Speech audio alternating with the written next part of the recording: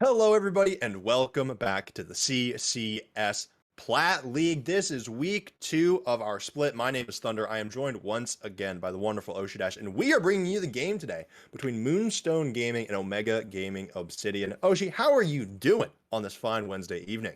It's a Wednesday. Most people they take a look at the week and they go, Wednesday, we're only halfway there. And I go, Wednesday, CCS, baby. Let's And go. I'm just Let's in it, go. absolutely in it all day. I'm sitting at my desk at work going, league. And I'm just ready. I want to be here, so I am here, and this is going to be amazing. Yep, I'm absolutely hyped. Now, both of these teams coming into this week, they are coming off a high. They 2-0'd their opponents last week, but Moonstone Gaming, they're a little bit more of a known quantity for us here at the CCS. They Mm. made finals of our Wednesday lock-in before, that game was okay. But they made it to finals, and Omega Gaming Obsidian, they have a pretty recognizable name for the CCS, if you remember, the good old Slaughter coming in the top lane. So I definitely think both these teams have a lot of hype around them as we come Yeah. into this. And one thing I want to point out is Moonstone Gaming's drafts are weird. There was a Nami mid lane last week. Yeah, absolutely wild. You know what? I love it. Right? Yeah.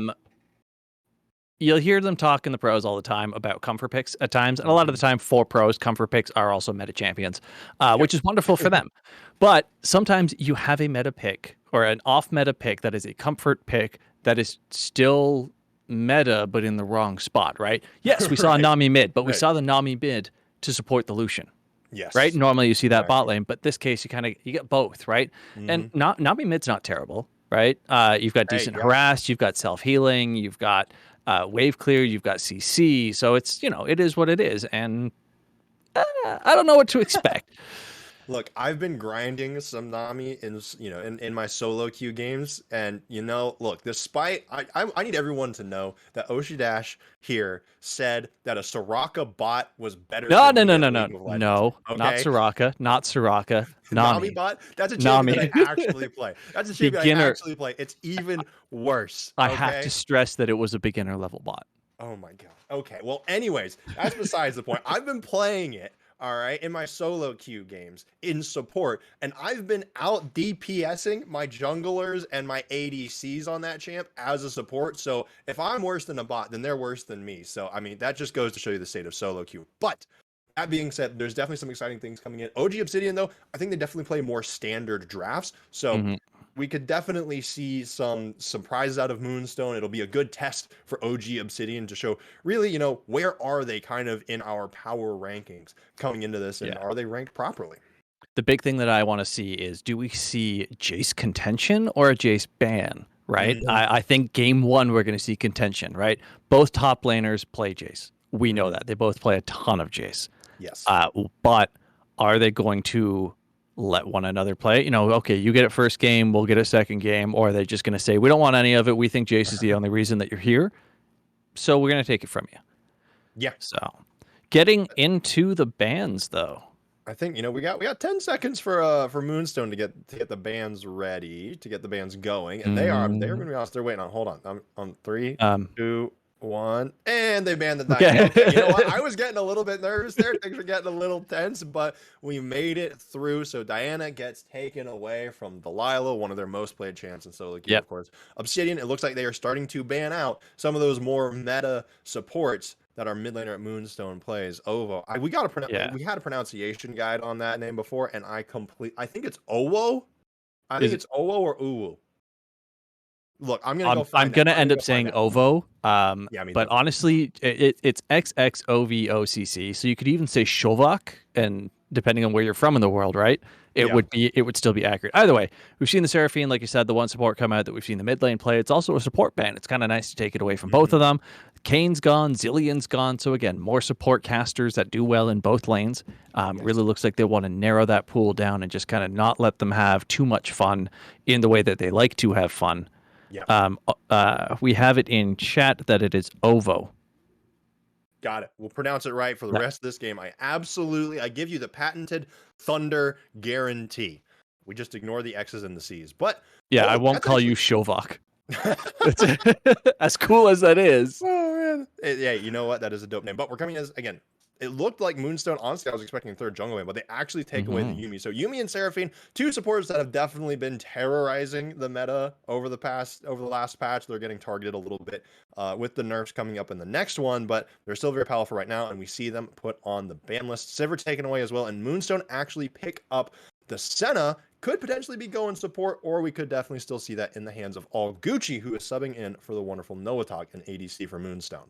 Yeah, exactly. That's what I wanted to point out. What I wanted to talk about is Mhm. the bot lane. We said their from Moonstone's side, their support is an AD carry main who's playing support. So I expect to see something along the lines of fasting Senna. Yeah. Especially now that they have a sub coming in, it's really nice if you can get that fasting Senna down there, so that you have the carry on a player you're familiar with. And in this meta, you have to be used to it, Yep. right? You absolutely have to have Kench Senna in your game plan 100%. Yeah. What's interesting is looking at the other side. Karma Ash. That Who is. who has the weird drafts again? Hey, look, that karma could be going anywhere. Okay, that is okay. Yeah, see, that's a Maokai with the Senna. Is I'm it? just saying, we're getting funny. Yes, I'm gonna full on guarantee this. I do not think we are gonna see that for Maokai. Maybe we That's get it for Ovo, but no. See, there's. Oh wait, hold on. That's a Swain pickup. Moonstone Gaming has what some do you do? flexibility right now. That's Swain mid. That's Is Swain mid. it? It's Is got to it? be. It's got to Is be, it? right? What if it's fasting Senna with Swain ADC? We've seen that What if it's before. fasting Swain? Okay, I'm not even gonna. All right, look. Normally, I'm the one talking about the stupid, wild, crazy things. I don't think we're gonna see fasting Swain, but I No. mean, hey, maybe we see Swain support, but I don't think that's very good. And Look, a that's the normal pick. Viego pickup. That is a very normal pick. We're back to reality. Viego is here. That is 100% going in the hands of Delilah, who is very Yeah. experienced on the champion. So I fully expect to see some good plays out of that. Now we're Hey, seeing Obsidian. It looks like they want to target the top lane. That's a Kale ban. yeah. I don't. They've got to be assuming that the Swain is going top lane with that Kale ban. That's the only thing that I can really see coming out there. I mean, it's not a champion that anybody on Moonstone has a super history playing per se. Also, an incredible support character though, can definitely be played mid and does well supporting an AD carry. Um, On the flip side, we see the Silas, and is this going to be a very fast ban from Obsidian again? It is. The Ari going down, taking away all of the mages that they can. It's a whole lot of CC that's been banned out from Obsidian's side as well. Yeah, and it looks like Um, they haven't, and it looks like they are fairly confident that the mid lane pick for Moonstone has not been mhm. locked in as of yet. So, I'm interested to see again, like Moonstone, it definitely looks like they can flex some of this stuff around. And Moonstone, they have now taken away the Fiora from Sauter, and one thing Okay. to note, Jace is still up. Yep. I don't know how well it fits into these drafts though. I think if Obsidian picks Jace up right now, it fits perfect. Okay, Look at that poke comp. Karma, Ash, you throw a Jason there, especially, and then you pick up a Lux mid, for example. that would be Incredible, sweet. incredible harass comp. Senna has heal though, kind of counters that. Swain heals himself, kind of Mhm. counters that. Heals himself. It gives some opportunity. Gangplank picked up though, and I like that just as much. Yeah, and it's a little bit of a takeaway. Mommy's guy again has a plenty on the GP as well, plenty of experience. So this will be going into the hands of Sauter. So look for those cross map plays. We do have double globals here for Obsidian, but True. that Ash arrow definitely takes a little bit of aim and prediction, but that could definitely come into play. Definitely a little bit of an insurance policy if that GP just gets stuck in the side lane. So Moonstone, they are taking their time on these picks. We can see the discussions coming through, and that is a Twitch. I have completely lost sense of this draft. Is this Jungle Maokai Twitch. top? Jungle Twitch. Jungle Twitch. Walk me through a jungle Twitch. No. um, Absolutely no you talking through it. You're just so making the call. You're not doing your color. You're not doing color cast anymore. I'm the color caster now. All right. I have no so clue how jungle good. jungle Twitch is something that has been played in the past. I have not seen it for several patches. I think what we're looking at is Maokai jungle, Swain top. Okay. It could be Senna Lux bot lane. It's probably Senna Twitch bot lane, fasting Right. Senna Twitch AD carry with a Lux. I think the Lux is a takeaway pick in this situation. It's a good comfort pick because again, it's kind of that supporty control mage. But I don't know. Right now, I'm loving Obsidian's comp. Like, it's a strong Ooh, poke comp. Yes, and there's the great, Galio. great engage, great disengage, great counterplay. Hmm. On Obsidian's side, 3 globals, kind of with Galio. It's Right. mostly a global. 1.5 on Moonstones, because again, it's kind of a global with Lux, right? So it's Right. kind of a 2.5 to 1.5 global situation.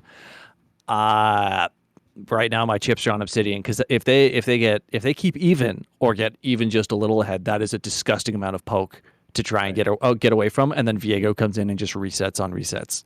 Right. Yeah. That's, and I will say, Lux, Twitch, Senna, they are pretty squishy champions. So if that VO can get on the back line, I mean, that's just like, yeah, if you get a Lux and then you jump into a Twitch and then you jump into a Senna, like that's just like Hmm. like they just kill each other so easily. It's like Yeah. it's gonna be very interesting. But I'm still, we have those predictions on where things are gonna go. But these lock-ins, I'm very interested for these lock-ins because Yes. it's all going to come down to what exactly Moonstone want. But I mean, this is a type of weird, funky draft where it's like, maybe Omega know exactly what's going to happen here, but the only thing that I am fairly certain of is that Lux is going mid in the hands of Ovo. Otherwise, I think it's going to be a little bit weirder. But exactly as you said, I love Obsidian's draft. Well, It's not super standard, but it definitely feels something that has a very cohesive identity. so we see Ovo play support in mid, right? Yes. That's something we've talked about. You agree? You're the one who wrote the document. Um, Senna's a support. Senate is a support, but hold on. Is Gao Xiao just Is it? taunting us? Okay, they are. They're watching the stream. I I was like, guarantee it. did I biggest brain it in the no? No, okay, they're No. watching the stream. They're taunting us, Oshi. They're Yeah. taunting us. See, they're taunting us. They know. You called it exactly though. Yeah, it's the Maokai was going in the jungle one way or the other. You don't put Mm, Swain anywhere but top lane. He's just so strong up there. I have faith in Sauter giving us an incredible brawl up there for sure, though. yeah. Um, I don't know. It is what it is. We're pretty sold on what the lanes are going to be now. We know that we're going to have the Twitch Senna bot lane. Mhm. But who's playing which? Yeah, I'm very interested to see. I mean, I have a feeling it's probably going to be Alnan with that Senna in their Yeah. hands. But what I'm honestly, Oshi, what I'm really looking forward to are these late game team fights because Lux Ultimate with Senna Ultimate layered immediately over top of Mhm. it. You have the roots coming out from Maokai. If you can land them, those long distance just absolutely delete somebody with a Maokai gank. That I Yeah. think that's going to be something that Omega really have to watch out for. Yep. Honestly, on the flip side of the whole thing, though, if Omega can manage to say we're all going top lane and there's no successful split push, if Moonstone can't set up a player that can handle the gangplank solo in the off lane, Right. they lose. Full stop, Yeah. because they will get poked out of a lane. Your hard engage is either landing a Lux binding or Maokai walking straight up into them. That is Because quite true. frankly, you look at this poke comp, Twitch isn't really going to get to do a Twitch. Like, you don't get a Twitch engage against an Ashe. Right. That's it. Those An arrows. Ashe, you show up, you get ulted, you're bursted by the time you Yeah. think you have a chance. And if one person walks up alone, there's a gangplank ult keeping the rest of your team away. Hmm. It's definitely going to be interesting. There's just, I am looking at it now. You pointed out, it just seems like there is so much good CC for the side of Omega Gaming. I mean, and not necessarily CC, but like, pseudo CC with Gangplank's ultimate coming over, Mhm. providing a slow. You have the Heartbreaker coming from Viego. You have Galio ultimate over the top. And then, of course, like if that Ashe arrow lands, you have immediately 2 ultimates that are just going to be landing directly on top of somebody. Yeah. Yeah, and not just that. If that Ashe arrow lands anywhere, someone probably dies. Yeah. In the late game situation, that Ashe arrow lands, and you're getting an Ashe W, a Karma Q. Mhm. You're getting probably all of Viego, all of him, a lot more than you want, and then a Galio if he cares to show up. You can't Like, handle this much Viego. think about it. If all they have to do, like, they can 3-1-1, or one Yeah. 3-1, or like any setup that they want to, where you have Ashe Karma Viego sitting in one lane, Mhm. Galio Gangplank in other lanes. Yeah, I'm interested to see. I really hope Omega can coordinate it. Whenever we see those 1-3-1s play out to perfection, it's always cool seeing if they can draw the opposing team across the map in an effective way when it really looks like Moonstone Gaming just want to get in a ball and run at you. But they will be doing that here in just a few minutes as we get into game number 1. But make sure you check out our sponsor for this split, ProComps. It's an all-in-one drafting tool for competitive and solo queue play.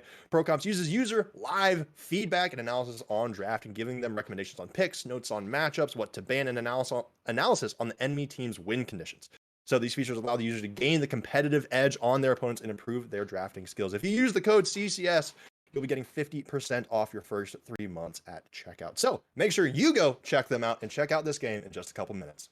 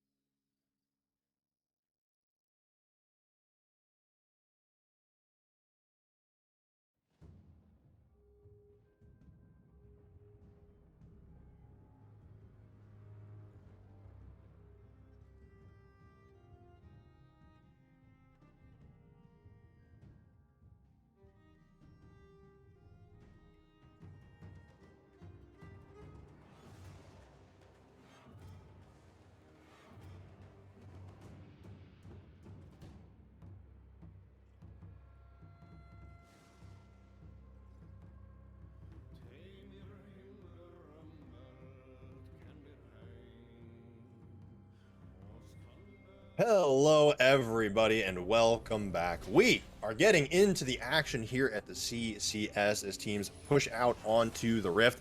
I'm very excited to see if we get any spicy level 1s, and it does look like Omega are making a brief push down to the bottom side river here. Maybe they're hoping to catch somebody out overextending, but for the time being, looks like Moonstone are being responsible, sticking together, but here's the invade. Hey, you know what? I like this play. You know, they're getting some early wards down, getting some early vision, but that's going to be it, and they're going to go ahead and start their backs. Yeah, grouping up nice and early like that is really important when you're playing against a Twitch, in my opinion, especially when they have a Lux, because the range of the Q, it's very easy to just kind of step the Twitch up a little bit, get some extra vision with a little less risk, and oh look, there happens to be one person standing around, get a Lux Q out and jump on them. Right. But I'd say the biggest thing here, they want vision on that Maokai. Maokai is not the strongest jungler, especially compared to Viego. Like Maokai, good jungler. Don't get me wrong. He'll hold his own initially. Slow enough clear speed. You'd see that he started with that sapling toss there. He's going to rely on his passive to keep his health up. But otherwise, this Viego's really going to look to capitalize. And if he can keep his eyes on exactly where he is, I would expect some early aggression. Yeah. We'll definitely keep an eye out for that. The early aggression, those early ganks are really going to come in big. We're starting to see some of that poke coming through from the Lux, though, this is Elementalist Lux. Which one do we think we're getting today? You know what? It's really going to depend on what we just saw right there, that charged up Karma Q. Because it's going to be a cold day for them if they keep standing together. Indeed. But we're going to have to check that. I mean, right now, I got my little scoreboard bug here. Got it refreshed, and we're getting the CS charging up, but very slow so far. Nothing crazy. Nobody's trying to aggressively push yet as of level 1. And the main thing that I'm thinking about right now, junglers are starting on the top side of the map and heading down to the bottom. Sauter's already poked down to half HP, as is this bottom lane down here. It seems like Karma Ash is a pretty dominant lane coming into this Twitch Lux, at least early. It is vicious harass. We said it in draft. We talked about it as soon as we saw the characters, and then kept talking about it the whole time. They have the tools to just force you out of a lane. We're seeing it early game. We're going to see it late game for sure. The biggest thing, they can't get hit by them. Difficult when it's the empowered Q, not as difficult when it's the normal Q. But we're seeing the exact opposite in that top lane right there. I mean, Sauter's at half health already as well.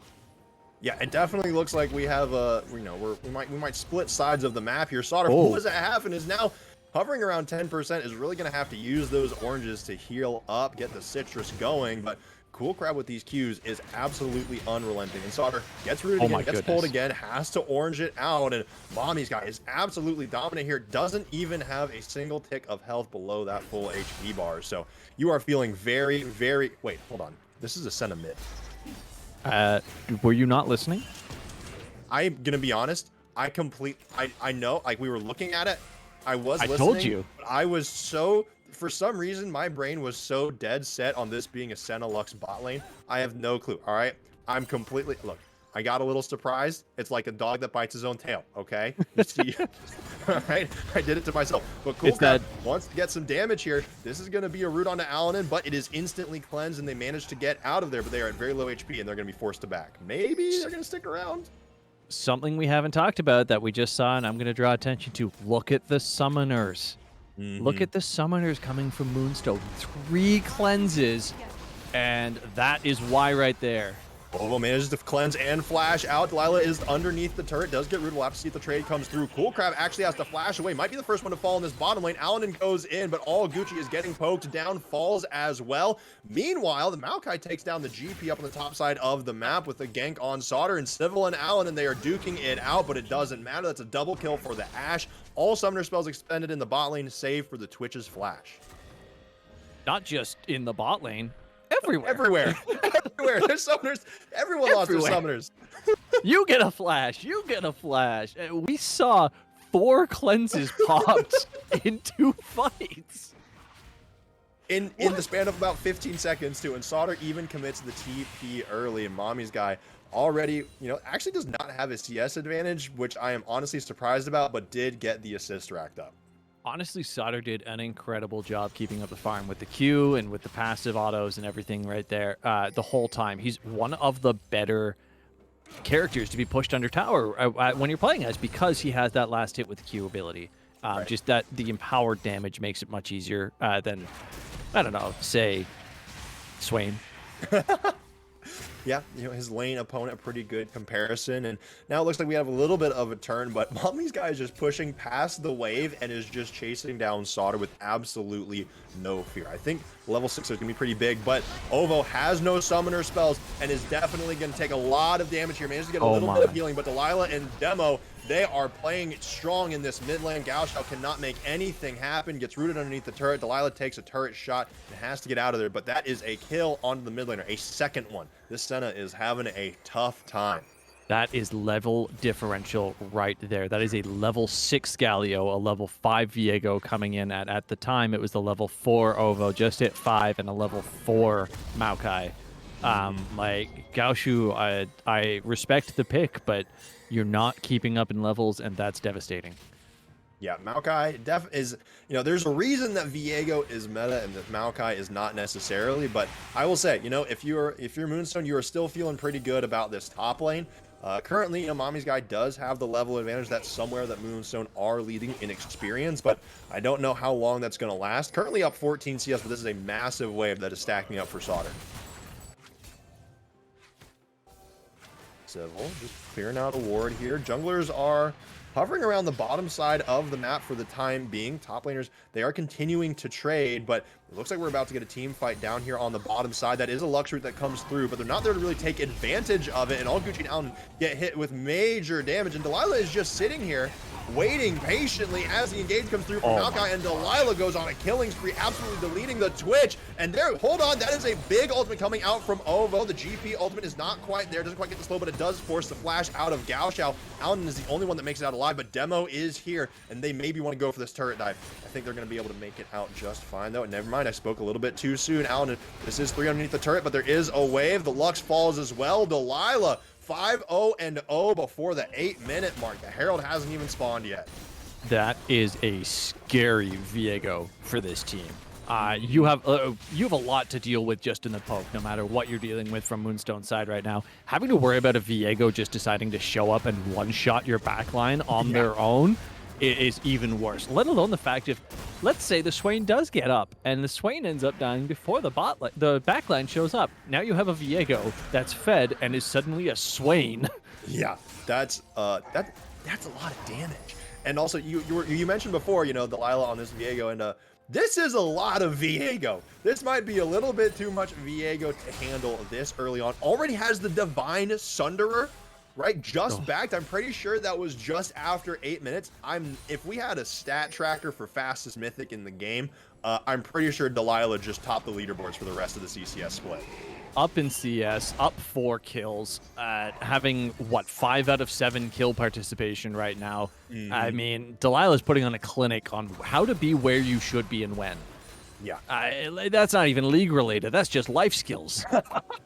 And it is translating perfectly to video games. Or is the video game skill translated in real life? We'll never know, Maybe video games can teach you something, but if you're Moonstone, you have to figure out something here to just start snowballing, to start clawing this back in your favor. It's currently a 2,000 gold lead.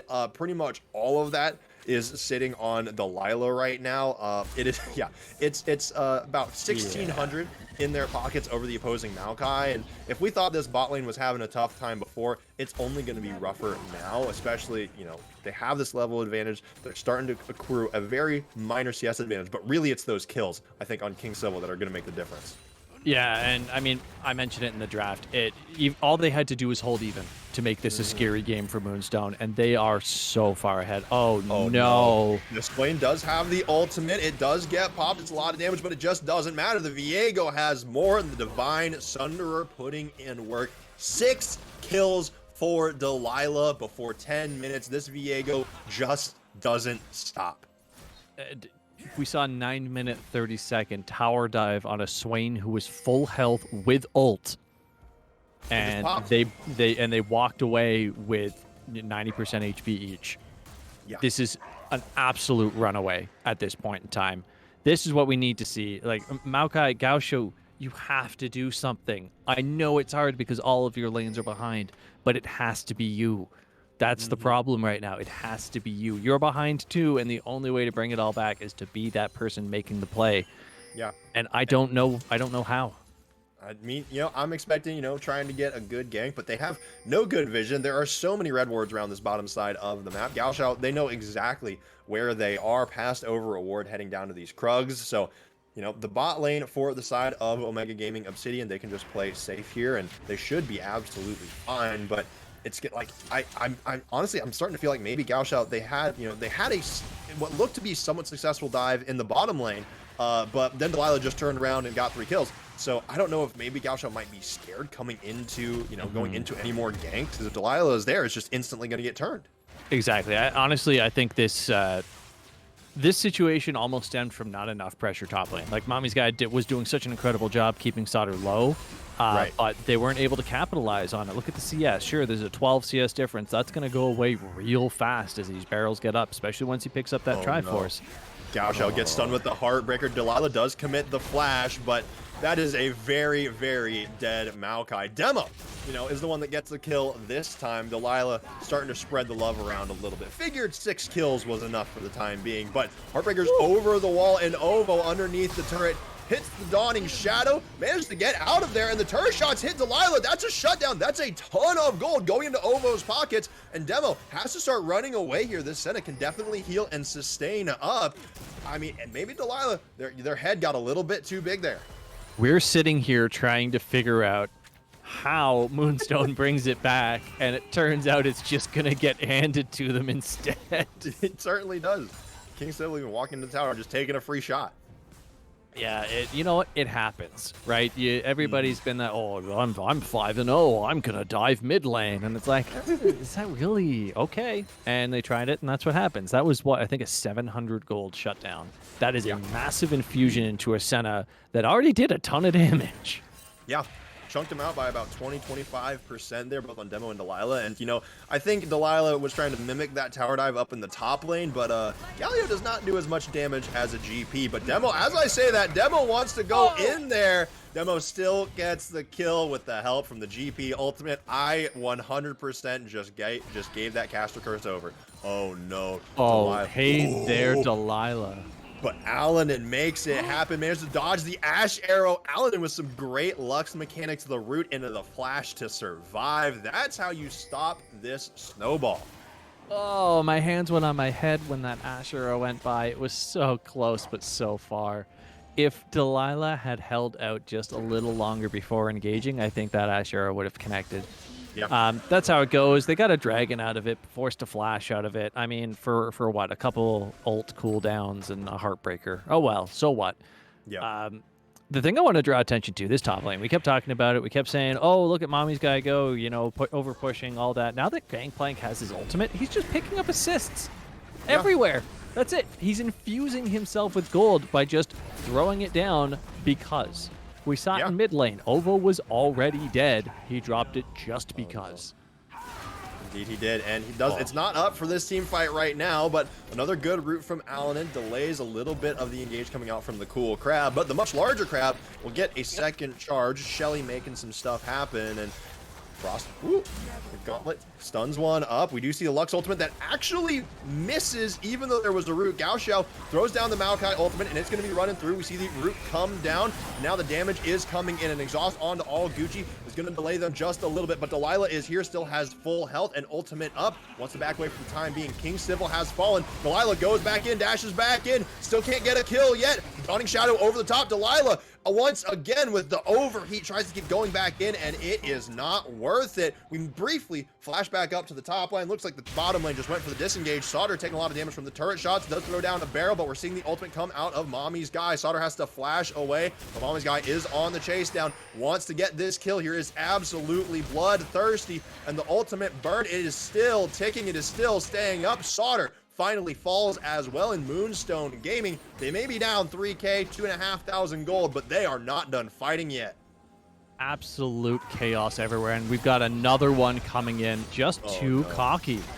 Demo might get a kill here. It actually does. Alanin and Gaoxiao, They're going to try to make something happen here, but Demo just gets the kill and is Right. okay. Okay, what do I know? Right? Oh, he's 2-cut, gets a 1v3 kill, and they leave. Okay. I think Okay, they were Demo. scared. I think they were a little scared of the GP ultimate coming through that cannon barrage, but now Mommy's guy Delilah is coming in. This is a Swain without an ultimate, so should be able to chop him down to size, and there's no flash, there's nothing here. Delilah is just going to pick up the kill, and whew, this Mommy's guy sticking around a little too long. No flash, no mana, no chance. That was what it was. Super unfortunate there. See, another one. Oh, my goodness. Ovo Absolutely relentless. Ovo manages to dive down into the shadows, though, and survive. But this is now going to be 2 turrets for the side of Omega Gaming Obsidian. They are, you know, they've stumbled a little bit on some of these kills, but they are still racking up the objectives. Yeah, I mean, there isn't really anything you can say at this point. Herald's coming up in 5 seconds. That should be a quick, easy pickup. You know, Dragon's coming up 2 minutes after that. I'm betting that's a quick pickup as well. Sure, they've had some problems, but look at this. Look Demo at this is damage. Running all Gucci. It doesn't even matter. The Ash Arrow finally connects. Demo is on a rampage. They are just... This is no longer Moonstone's jungle. They do not belong here. Their only safe space is their base. Yeah, this is what I was afraid of for their draft is you now have a Gangplank that can fight most of your team. You have a Maokai that can fight all of your team, a Viego that can fight all of your team. This is what they need, though. That's a Lux ultimate. It does hit one. We're seeing some massive roots come through from both teams. Sauter is getting very, very low, as is Demo, but Delilah has remained untouched throughout this team fight. Goes in with the Heartbreaker. That is the Swain. We were talking about it. This was the strongest member of Moonstone Gaming. It is now in the hands of Omega. And Moonstone, they have to disengage after losing their top laner. Yeah, that was an incredible engage, a phenomenal counter engage by Demo with all of the CC that you could possibly ask for to keep them busy until Delilah was able to swing down. And that's unfortunately what ends up happening there. Not everybody has a way out, and somebody had to die. It was Swain this time around. I expect it to be Swain a lot more often in these team fights because he's going to stand in the front. He's going to take all the damage, and all that we're going to see from Obsidian is slowly and menacingly walking away. Yeah. And we saw them in that, you know, in the start of that replay there, we saw them slowly and menacingly walking forward, and the Maokai ult did absolutely nothing other than give a little bit of time for Omega Obsidian to regroup. Like, that was literally it. Moonstone just was not able to chase him down, and exactly as you said, we're starting to see the Dragon fight, you know, setup come through right now. The Ash Arrow goes wide, so that is a team fight engage tool that they won't quite have. That is a burned ultimate from Alanin without any CC to back it up, and once again, they won't have that for the team fight either, but it's a fairly low cooldown. Both teams, they are playing footsie right now. Neither one really wants to go in. It looks like Moonstone, they have their death ball that maybe Omega don't want to jump in on. I actually love Omega's setup right here because they have poke on all sides. They've got their engage nice and kind of surrounding here. If they can get if the crystal arrow wasn't down, this would be so much better. Yeah, Mommy's guy wants to go in, though. There's the Maokai ult. That is root into root into root. Mommy's guy is in a 2v1 against King Civil and Cool Crab, but it is not going their way. It's now a 3v1. Sauter comes up there. That is Mommy's guy down. Demo and Delilah were managing the rest of the team fight on the bottom side, and this Dragon, it is reset a couple of times now, but Omega, they are the ones that finally pick it up. That puts them onto Soul Point. Lux ult and Senna ult used, and they do absolutely nothing. Gaoshao gets knocked back in, but hold on, that's a kill onto the Ash. Demo is very, very weak. It looks like Moonstone, their death ball was still managed to be effective enough to take out 3. They lose the Dragon, but they do actually win the team fight.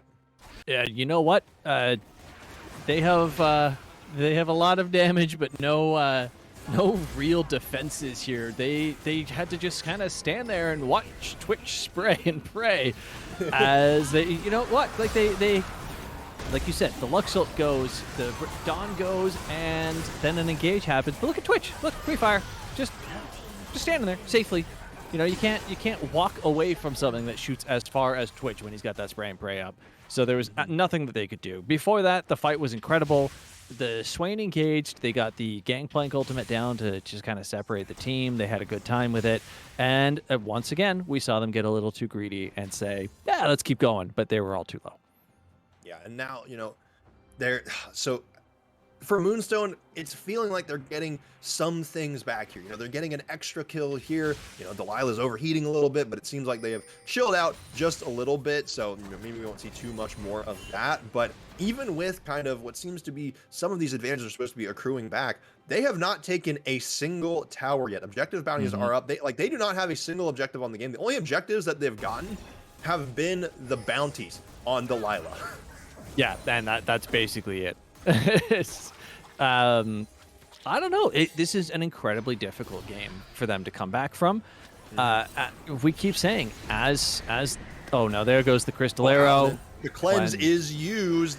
Alan, very wise, very conscious of it, doesn't allow them to get the engage. And Rift Herald Shelly once again summoned in the mid lane. This is going to be another turret here and another final spark used. We're actually going to see Rift Herald hasn't gotten the charge off yet. Actually looks like it might not. It will indeed go down. There is a massive Maokai engage. That is a double root, but the GP ultimate over the top slows down Moonstone Gaming, and Delilah goes on a killing spree. Even more roots coming down once again. Delilah is making it happen, is chopping people down to size. Twitch is down. That's the main damage, but Ovo is here. This Senna does have the Kraken Slayer, does have the Ginsus. Cool Crab and Demo are on the run. Their main damage dealer is gone, but meanwhile, this entire time, Sauter is in the bottom side of the map, chunking away at these turrets. Again, exactly what we talked about they want to do. They could 4-1 with the split push, or 1-3-1 with the split push. Either way, if Moonstone cannot handle a clean ace on that 5v4 fight, they don't win the fight.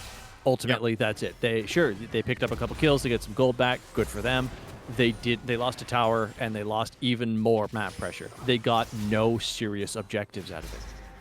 Yeah, and these cannon barrages over the top to essentially dissuade Moonstone away from the engage after what was honestly a really good Maokai ult that seemed from Gaoxiao finally.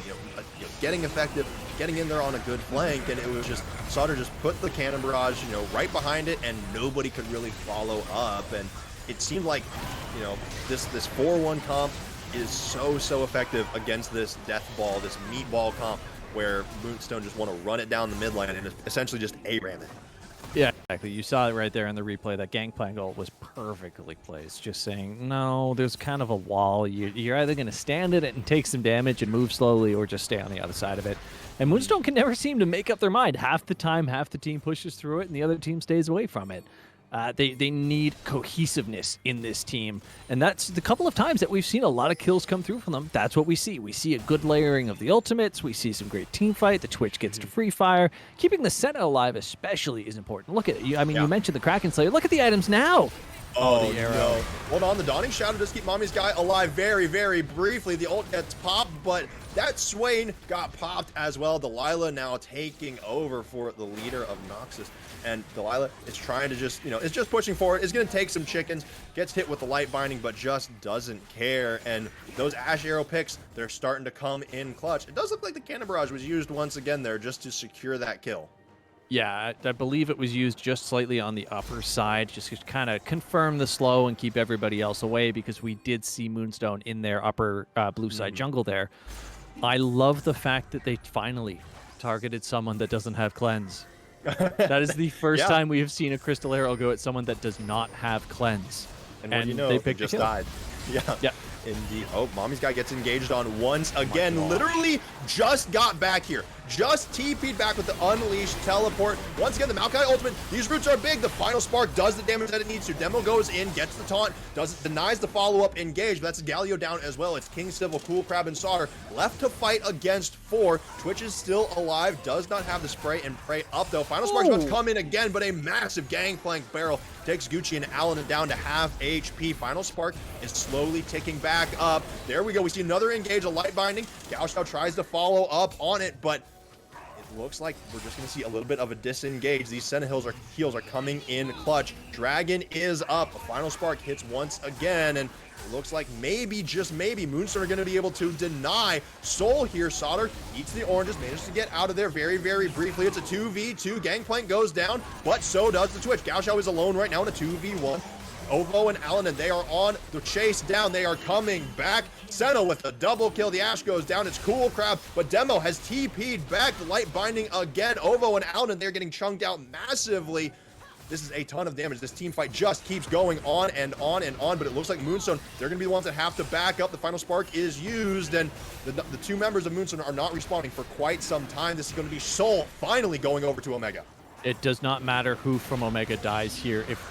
Oh goodness, I thought Swain still was going to say if they get Soul, that's all that matters. Setting themselves in an incredible position. I have to say, it was unfortunate for Moonstone that Solder got caught by that light binding. Yeah. It's hilarious to say it, but it's true because it took not the light binding, the Senna snare. It took two members away from the dragon fight, which ultimately resulted in Gaoshu dying. Yep. Which resulted in them not having a smite and being unable to take the dragon. You picked up a kill, but you had the wrong priority, and that is something that you have to pay attention to in this. Yes, you got a snare on someone. You don't have to run it down just because you did. I gotta say though, Gaoshu, tank E at this point in the game, surviving for an incredibly long time. His ultimates are precise. He's doing exactly what he needs to do and playing the Maokai. Remember, there goes the arrow. Oh no, and once again, it's on to somebody who does not have, it's at least not up the cleanse, but Maokai ultimate actually does not do anything. Delilah just flashes over it. Demo is getting chunked out massively once again, managed to keep three busy, but Delilah is on the back line now. That is the Senna down. The healing is gone. Nobody from Omega has fallen, and it looks like Moonstone, they're going to have to disengage. That should be Baron for OG Obsidian. That certainly was being called by the pings, if those are anything to go off of. Once again, the big thing to pay attention to, no gangplank. Look at this read. They just see it from downtown. A big snipe. Senna did what they could. No cleanse available. Twitch, even with the stopwatch, you can't get away from this Viego. He ults over there, and again, he ults over the wall to get back onto the Senna. Playing out of his mind. In real time, though, Solder in a situation. Looks like the gangplank will be going down. Did just get the Baron buff. That is a massive shield, though, coming through. Doesn't have the ultimate yet, but he survives for so long. Mommy's Guy and Gaoshao, they do eventually take him down, but that is the demonic ascension burn for Mommy's Guy. The biggest thing to take from that, like you said, he took forever to die. He did not go down quickly, and as a result, his team was able to get back on the map, which means, yeah, you picked up the kill on Gangplank. He's 1 in 5. Okay. You got nothing out of it. No objectives can be taken as a result of that. Yeah, and right now, looking at the items, it's not like the item advantage is not actually crazy. You kind of have to look at the different roles and pay attention to it. But as I'm talking about, this Cool Crab gets rooted down. Maokai ultimate comes through once again, but Final Spark is not there to follow up. That said, Alanin does still manage to take down the opposing support. Demo goes in, gets a massive taunt, but once again, there is no follow-up. All Gucci has slain the Galio. It is now a 2v5 on the map. Solder has just now respawned, does have the Unleash TP if they want to come in, but that Baron push is stopped extremely effectively. Yeah, that is now two members that still have Baron buff versus 5. That's incredible. The fact that they took it off of Solder in the first place, who's the split pusher, phenomenal. That was massive. Altogether, incredible fight. That is exactly what they need. And quite frankly, it all came from that Lux snare. Wow. It all came from that Lux snare. And let me say, this is not your average Season 5 support Lux. Look at those items. This is a full damage. I guess I have a couple wards Lux. This is making up for the fact that their major damage sources were AD. You know, we see the Twitch and the Senna. However, now it's not just the Swain to worry about in magic damage, which means itemization changes or could have changed completely. Unfortunately, Obsidian, if you look, they don't care about defense. They're not investing in it at all. I think, you know, maybe they should start investing in it sometime soon, but they don't really care. Delilah gets a stun on the Mommy's Guy, and that is just a Swain absolutely deleted. The Dawning Shadow coming in far, far too late, but the Nature's Grasp rolls through the enemy team once more. Delilah goes on a killing spree. That is a dead Twitch, but Delilah is now dead themselves. Gaoshao managing to keep the rest of the team at bay. That is still 2 that have fallen for Moonstone Gaming, and Gaoshao has to run back to the fountain. 2 for 1 in a 4v5. Again, right? Yeah, sure. Okay, the Gangplank tool. Yes, we know. We see it. It's great. He's still not there, right? Yeah. And now he just comes over and joins. Those barrels are going to half health the remaining members of Moonstone here.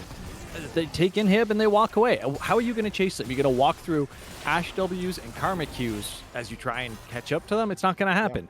They have the perfect disengage comp. They have played this so well so far. Yeah, they're losing fights because they're not a heavy death ball team fight comp. As long as they keep playing the way that they are, they should be fine. Exactly. And, you know, Delilah did die, but I'm fairly certain just picked up that Spirit Visage, so is rocking a full 4 items. Gao Xiao still only on 2 plus a Bramble Vest. And, you know, these item advantages, I definitely think they're starting to come in. Ovo does have 3 items over Demo on that Galio, but Galio playing more supportive, I'm not too surprised. But if you're, I mean, Ovo, I'm definitely looking at, you know, we've seen this Twitch pump out a ton of damage, is you know, it has that Zeal item working towards item number 3. But, I mean, right now, unless Ovo can really start making something happen here with these heals, with these Dawning Shadows, I think it's going to be very, very hard. And looks like already, you know, Delilah, King Civil, Cool Crab, they were ready and waiting. This is going to be the Elder Dragon fight. I think whoever wins this is probably just going to win the game, but it's going to be a little bit harder if you're Moonstone. Oh, the Whiffed Enchanted Arrow. That's a huge cooldown to not have going into, like you said, what is probably going to be one of the most deciding team fights coming up right here. They have to poke this out and try and delay it and not get caught by all of that Lux damage.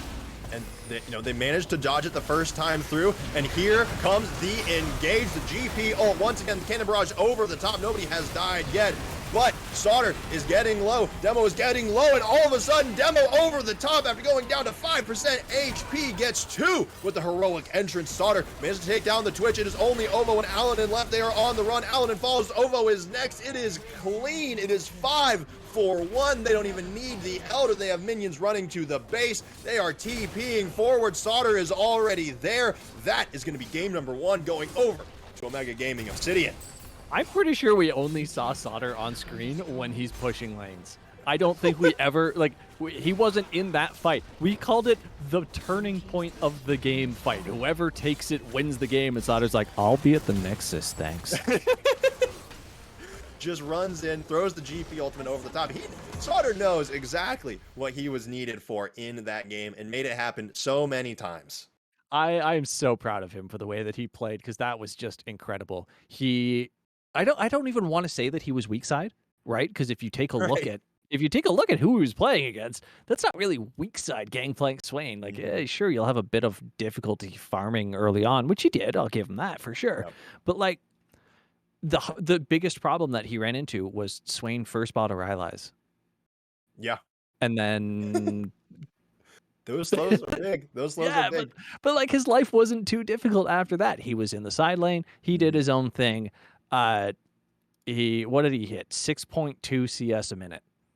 That's pretty solid. Even, you know, after getting, God, especially after that early game that, you know, Delilah had, that was, you know, you go 5-0 in the first 7 minutes of the game, then I think it's hard. It's almost difficult to lose the game. I will say it seemed like Omega Gaming Obsidian at a couple points were trying, but they still ended up like just getting that far ahead that fast on the Viego. It's just so hard to come back from that if you're Moonstone. The two things I want to point out: one, when I first joined voice chat, when everybody was in here, I was singing "Hey There, Delilah" before I even knew who was playing on what team. So the fact that this played out the way that it did is killing me. But more than that, damage taken from champions, 41,500 for Delilah. That is the most in the game by over 4. That is the most in the game by 4,000 damage, which is Swain as the next one. Consider the amount of healing he would have to do to die 3 times less than the Swain did. And still came out on top. Well, that was only game number 1. So Moonstone Gaming, once again, you know, they're no slouchers, but if Omega Gaming Obsidian can keep this up, I think, you know, their reputation here in CCS Wednesday will certainly continue to grow, putting them to up. But that's only game number 1. We still have, at very least, one more to bring you. So we will go on our very brief break as we get that set up. Don't go anywhere.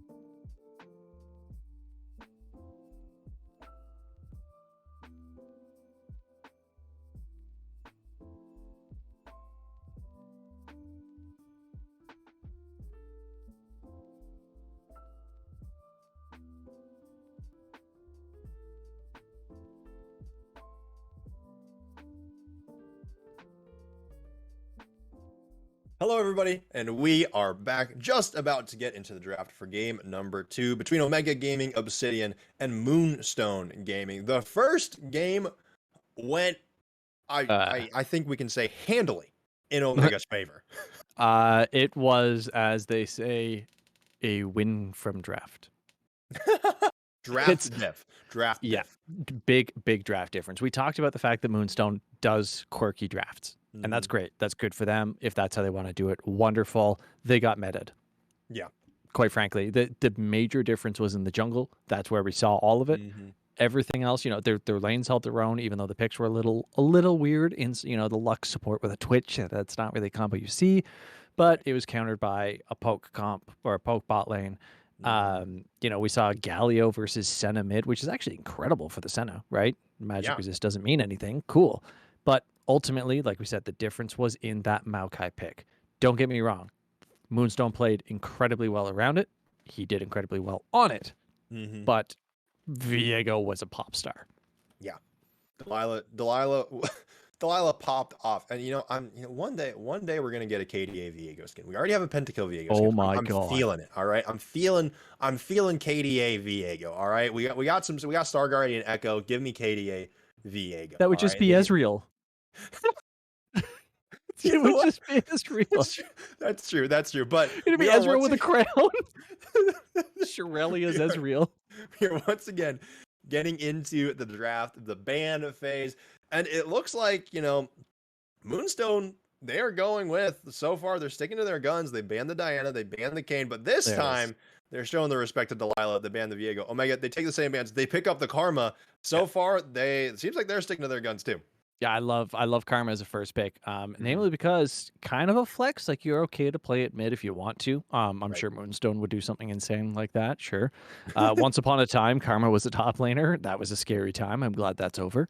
Yeah. I still have nightmares trying to play. Anyways, you try and play Galio into it. Didn't matter what you tried to play into it, you lost. But either way, love the band so far. Senna, yes, great pick.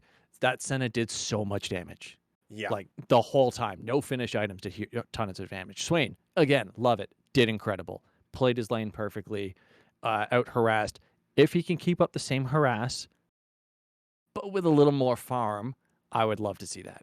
Yeah. Maybe a little more, maybe a little bit more help too. And right now, maybe it's a little bit early to call it this, but it feels like we're getting a little bit of the salty run back. Moonstone Gaming said, okay, the only reason that you win that last game is because Delilah had the Viego. So we're taking it away. And Omega Gaming Obsidian, they now pick up the Lucian. I'm going to be honest. If we get a Nami mid out of Omega Gaming Obsidian instead of out of Moonstone, that would be like the most That would be the BM rudest taunt thing. pick ever. But, it worked I, for Moonstone.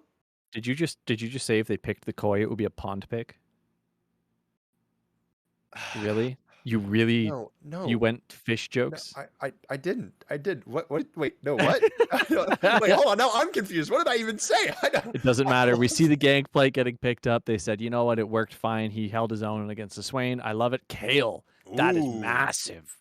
indeed, indeed, and it was banned It in the was. last game. Who banned it? Indeed, Obsidian did ban it, and so Yeah. Moonstone this time they pick it up right away. Omega, maybe showing their hand a little bit too early. I guess they have something else just up their sleeve that they want to hold on to, but that is gonna be Mommy's guy with the Kale. Kind of late game scaling insurance just to No. make sure. Do Swain.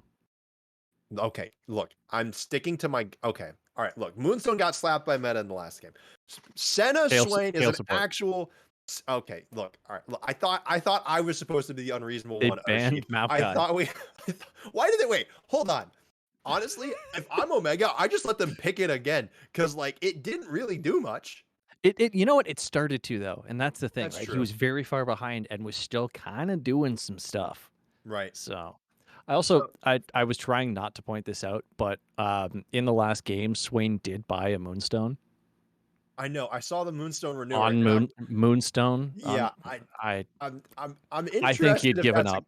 yeah, I'm interested if that's a good. I don't think that's your S tier Swain build that you want to be, picking Interesting hardcore bans. into a GP, but that is a Darius and a Malachi band. So you know what, Oshi, it seems like they have the same read as, well, actually not quite the same read as you. I guess Omega don't actually think that the top laner has been picked yet for Moonstone. I love the Zac pickup. I was really hoping to see this as soon as I saw that he plays Zac in the jungle. Yes, I think we're seeing Kale support. I think we're seeing Senna mid. I think we're seeing Swain top. And we've got Zac in the jungle. That is my guess. And that's Okay. it. That's what I'm I'm sticking to. I'm My I'm so confused. concern, my ultimate concern here is that Omega's going to be leaving Zeri open, They and will be. that could be a huge tie turner if Moonstone plays it well. It is still quite strong. Once again, it's been nerfed or buffed, I think like 11 times over the last 9 patches since she's been introduced, and she is still extremely strong. So that is something to keep an eye out for. But Omega, they have picked up the Lilia, one of my current favorite champions in the meta, despite receiving some minor nerfs a patch or two back. But 100% that's going in the jungle, and that is a Sylas mid that was banned out in the last match. And Omega, they take the chance to pick that one up. It looks like they've got some pretty good ultimates to steal with it. Yeah, this is. I mean, Swain ultimate, great. Kale ultimate, great. Zac ultimate, great. All of them so far. All 4 of these. It doesn't matter what Sylas takes. Crazy useful in a team fight. And of course, I'm gonna be honest. I'm already liking Omega's comp way more than Moonstone's again. It just feels like it has a pretty clear Yes. plan of action. And okay, look, this is Yes. they were taunting us in the last game. I feel like does this count as like, is there some type of competitive integrity thing? Like, are we advising them on what to pick? Like that is the Zeri Are they pickup. watching You the called it stream? exactly. Are they watching the stream, getting those numbers up? You know See, what? As long as here's the the scary numbers thing. go up, Flay wouldn't be mad. The scary thing is that they think I know what I'm talking about. You would expect it. You would expect it, but you called the Kale. I don't know what's going to happen. I don't know. The only thing that I'm confident on in Moonstone's draft is that the Zac is going jungle, and even then, I'm not actually that confident about it. So honestly, I think we're looking at Swain top, Zac jungle, Kale mid, Senna Zeri bot lane. Senna Zeri is disgusting. Okay. It's so good. Yeah. That is an incredible lane. Zeri's so mobile and has so much harass. Senna has harass and lockdown and heals. It lets Zeri be the front line AD carry that she's made to be. Right. And if she gets going, like Moonstone's comp will absolutely steamroll Omega here. Unquestionably. Right. Like, Sylas is great. Sylas is going to be a problem. Zeri can get away from Sylas. Lilia's good. Lilia could be a problem with the AoE CC. If they get a good flank, Zeri can run away from that.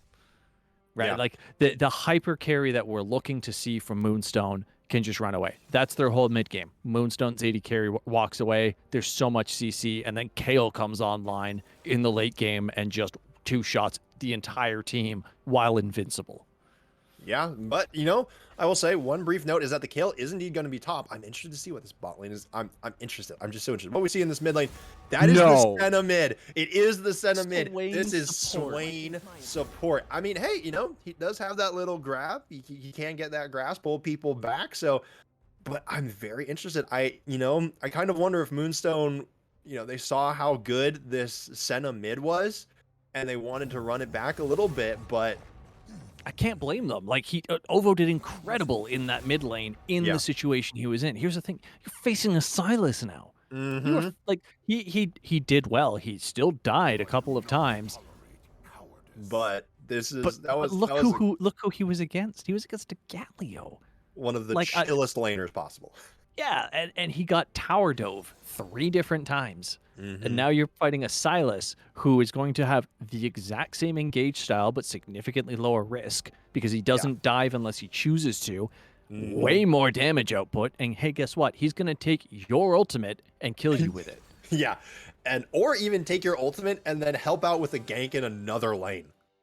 Which, how many times did we see that with the Gangplank? And now we get to see it with the Gangplank and the Dawning at the same time from the same team without even having Senna. Wait, hold on. Look at these lock-ins. Look what just happened. Look at the swap. They have until, I believe, 20 seconds to confirm everything, but that is now Ovo on the Swain. That's a lot more what I expected. Yeah. That makes so much more sense. Yeah, I mean, Kale top, sure. I honestly think they should give it. It should be Swain top. Mommy's guy did incredible. That would be the right play, in my opinion. But it looks like they are sticking with it. So it will be that swaying into Silas. We'll have to see if Ovo Okay. can really make the Okay. same thing happen. But I'm gonna be honest. I'm looking at the jungle. I think once again for Delilah and Gao Shao now to make an impact because I think it's gonna take Delilah. It's not gonna be as easy to tower dive on a Lilia. No, I don't. The way that Delilah played last game, Hmm. I don't like the Lilia pick because Lilia's Yeah. not a hyper carry champion, and they played so well against Delilah being fed. Hmm. Um, Lilia's not an early game gank. No, not at She all. just isn't. She has no hard CC, which means if you look at everything here, there is one piece of hard CC until level 6, and Yep. then there's 2. Yeah. This is the exact opposite of what we saw from last game for Omega. Yeah, so we'll have to see. It's a different draft. It does still feel like a fairly strong, not no, not anything too wild as compared to Moonstone picking some definitely interesting things and some interesting matchups. But we're Boy. gonna have to see who can take this game number 2. If Moonstone Game are gonna keep themselves alive, or if Omega are going to take this one home. We'll be back in just a couple of minutes, but once again, please check out our sponsor, Pro Comps. You can check them out. They are a phenomenal tool used for drafting, get the competitive edge against your opponents, both in tourneys and official matches and in your solo queue. They collate all the data, they bring it together to give you the best information on picks, bans, and upcoming matchups that you might be facing. Use code CCS at checkout for 50% off your next 3 months. We will see you in just a little bit for game number 2.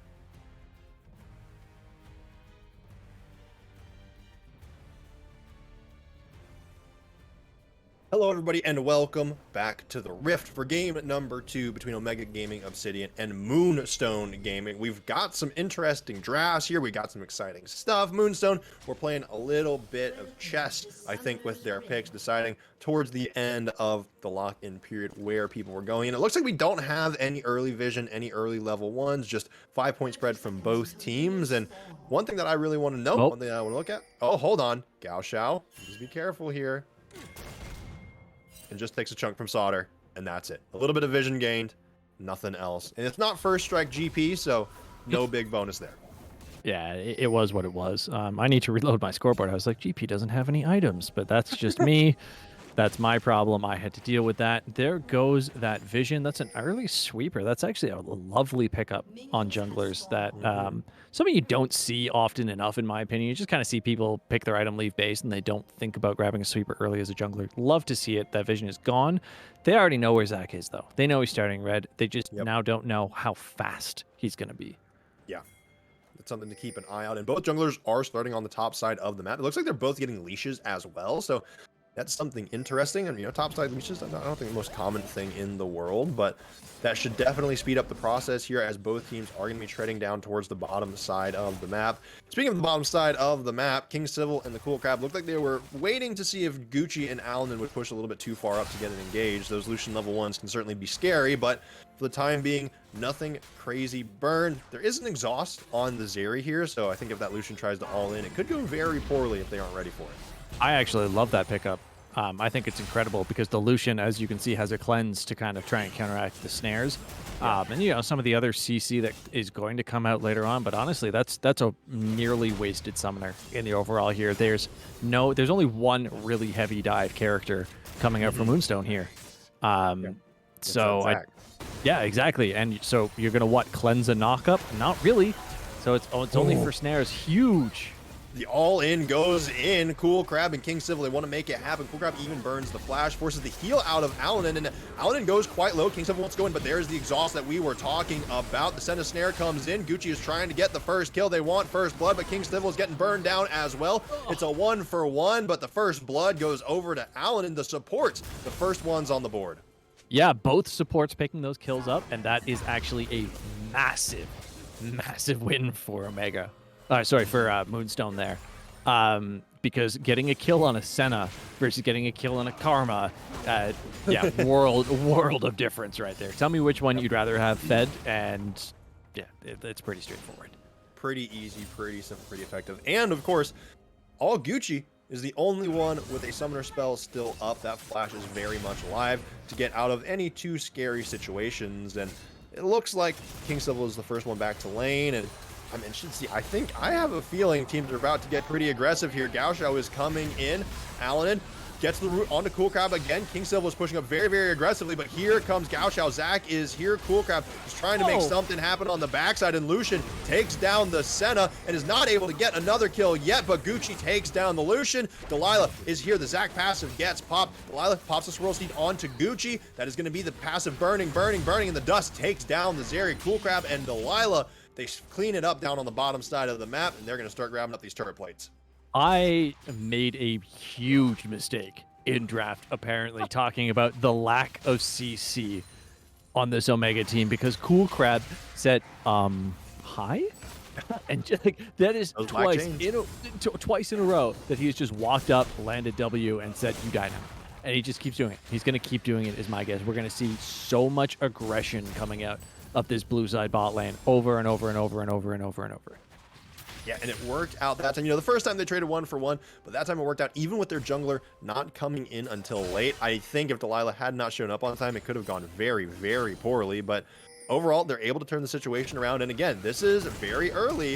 A fed jungler. Gao Xiao wants to try to make something happen, but Solder flashes away. Gao Xiao does manage to keep him slowed down for just a little bit, but they get nothing for it. And once again, Gao Xiao just has to back away. They don't get anything on the dive. Yeah, I mean, I love the way Gao Xiao is playing this game compared to how he was last game. Obviously, with the Maokai, you have to farm so much more before you're super useful.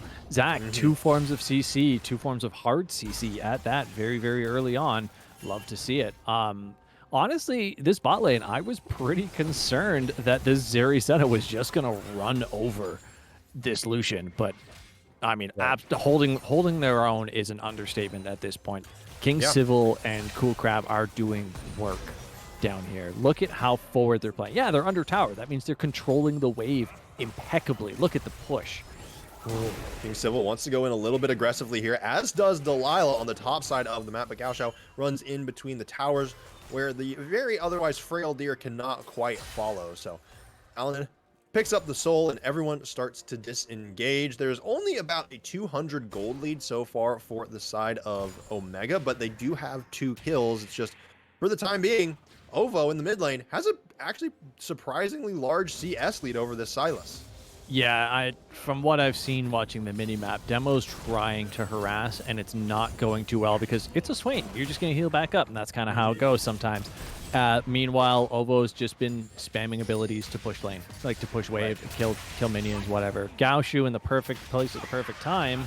Swirl Sleed splits the uprights, though. Demo wants to go in, throws down some King Slayers, and we are seeing ultimates popped on both sides. Gaoxiao running out of there. Demo has used the Swain ultimate, but doesn't get any kills for it. Does at least force the flash out of Ovo, and everybody backs off. Delilah committing the flash there to try to get at least a little bit of damage or a slow off. One flash and an ultimate for one flash is what ended up being burned there. Ovo still has his ult up, didn't use it, I'm assuming, because he had 0 mana basically that entire time. Incredible attempt for Omega. They got the flash, but they wasted one too, and it's, I feel like if Gaoshu had kept up in levels, was level 6 already, or kept up with mid lane in level, sorry, that fight would have gone awful. Yeah, we are seeing exhaust get thrown down on both sides here, but Gaoxiao is the jungler that is here first, the first one to arrive and save his bottom lane. All Gucci picks up one, Alanin picks up another, and Delilah was busy clearing the Krugs. And that is the strength of the Zac, because, his passive used the abilities to chunks him out, you heal up, he's super tanky.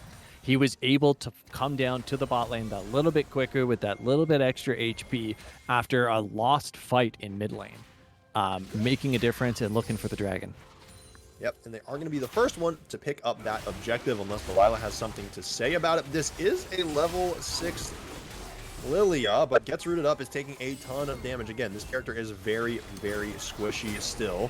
Does get a massive W off onto Alanin, but there's a honey fruit right there. Alanin will be able to heal up rather quickly, and the dragon has fallen. We'll have to see if teams want to fight over this. It looks like Omega, they want to go for it. They want to get some blood.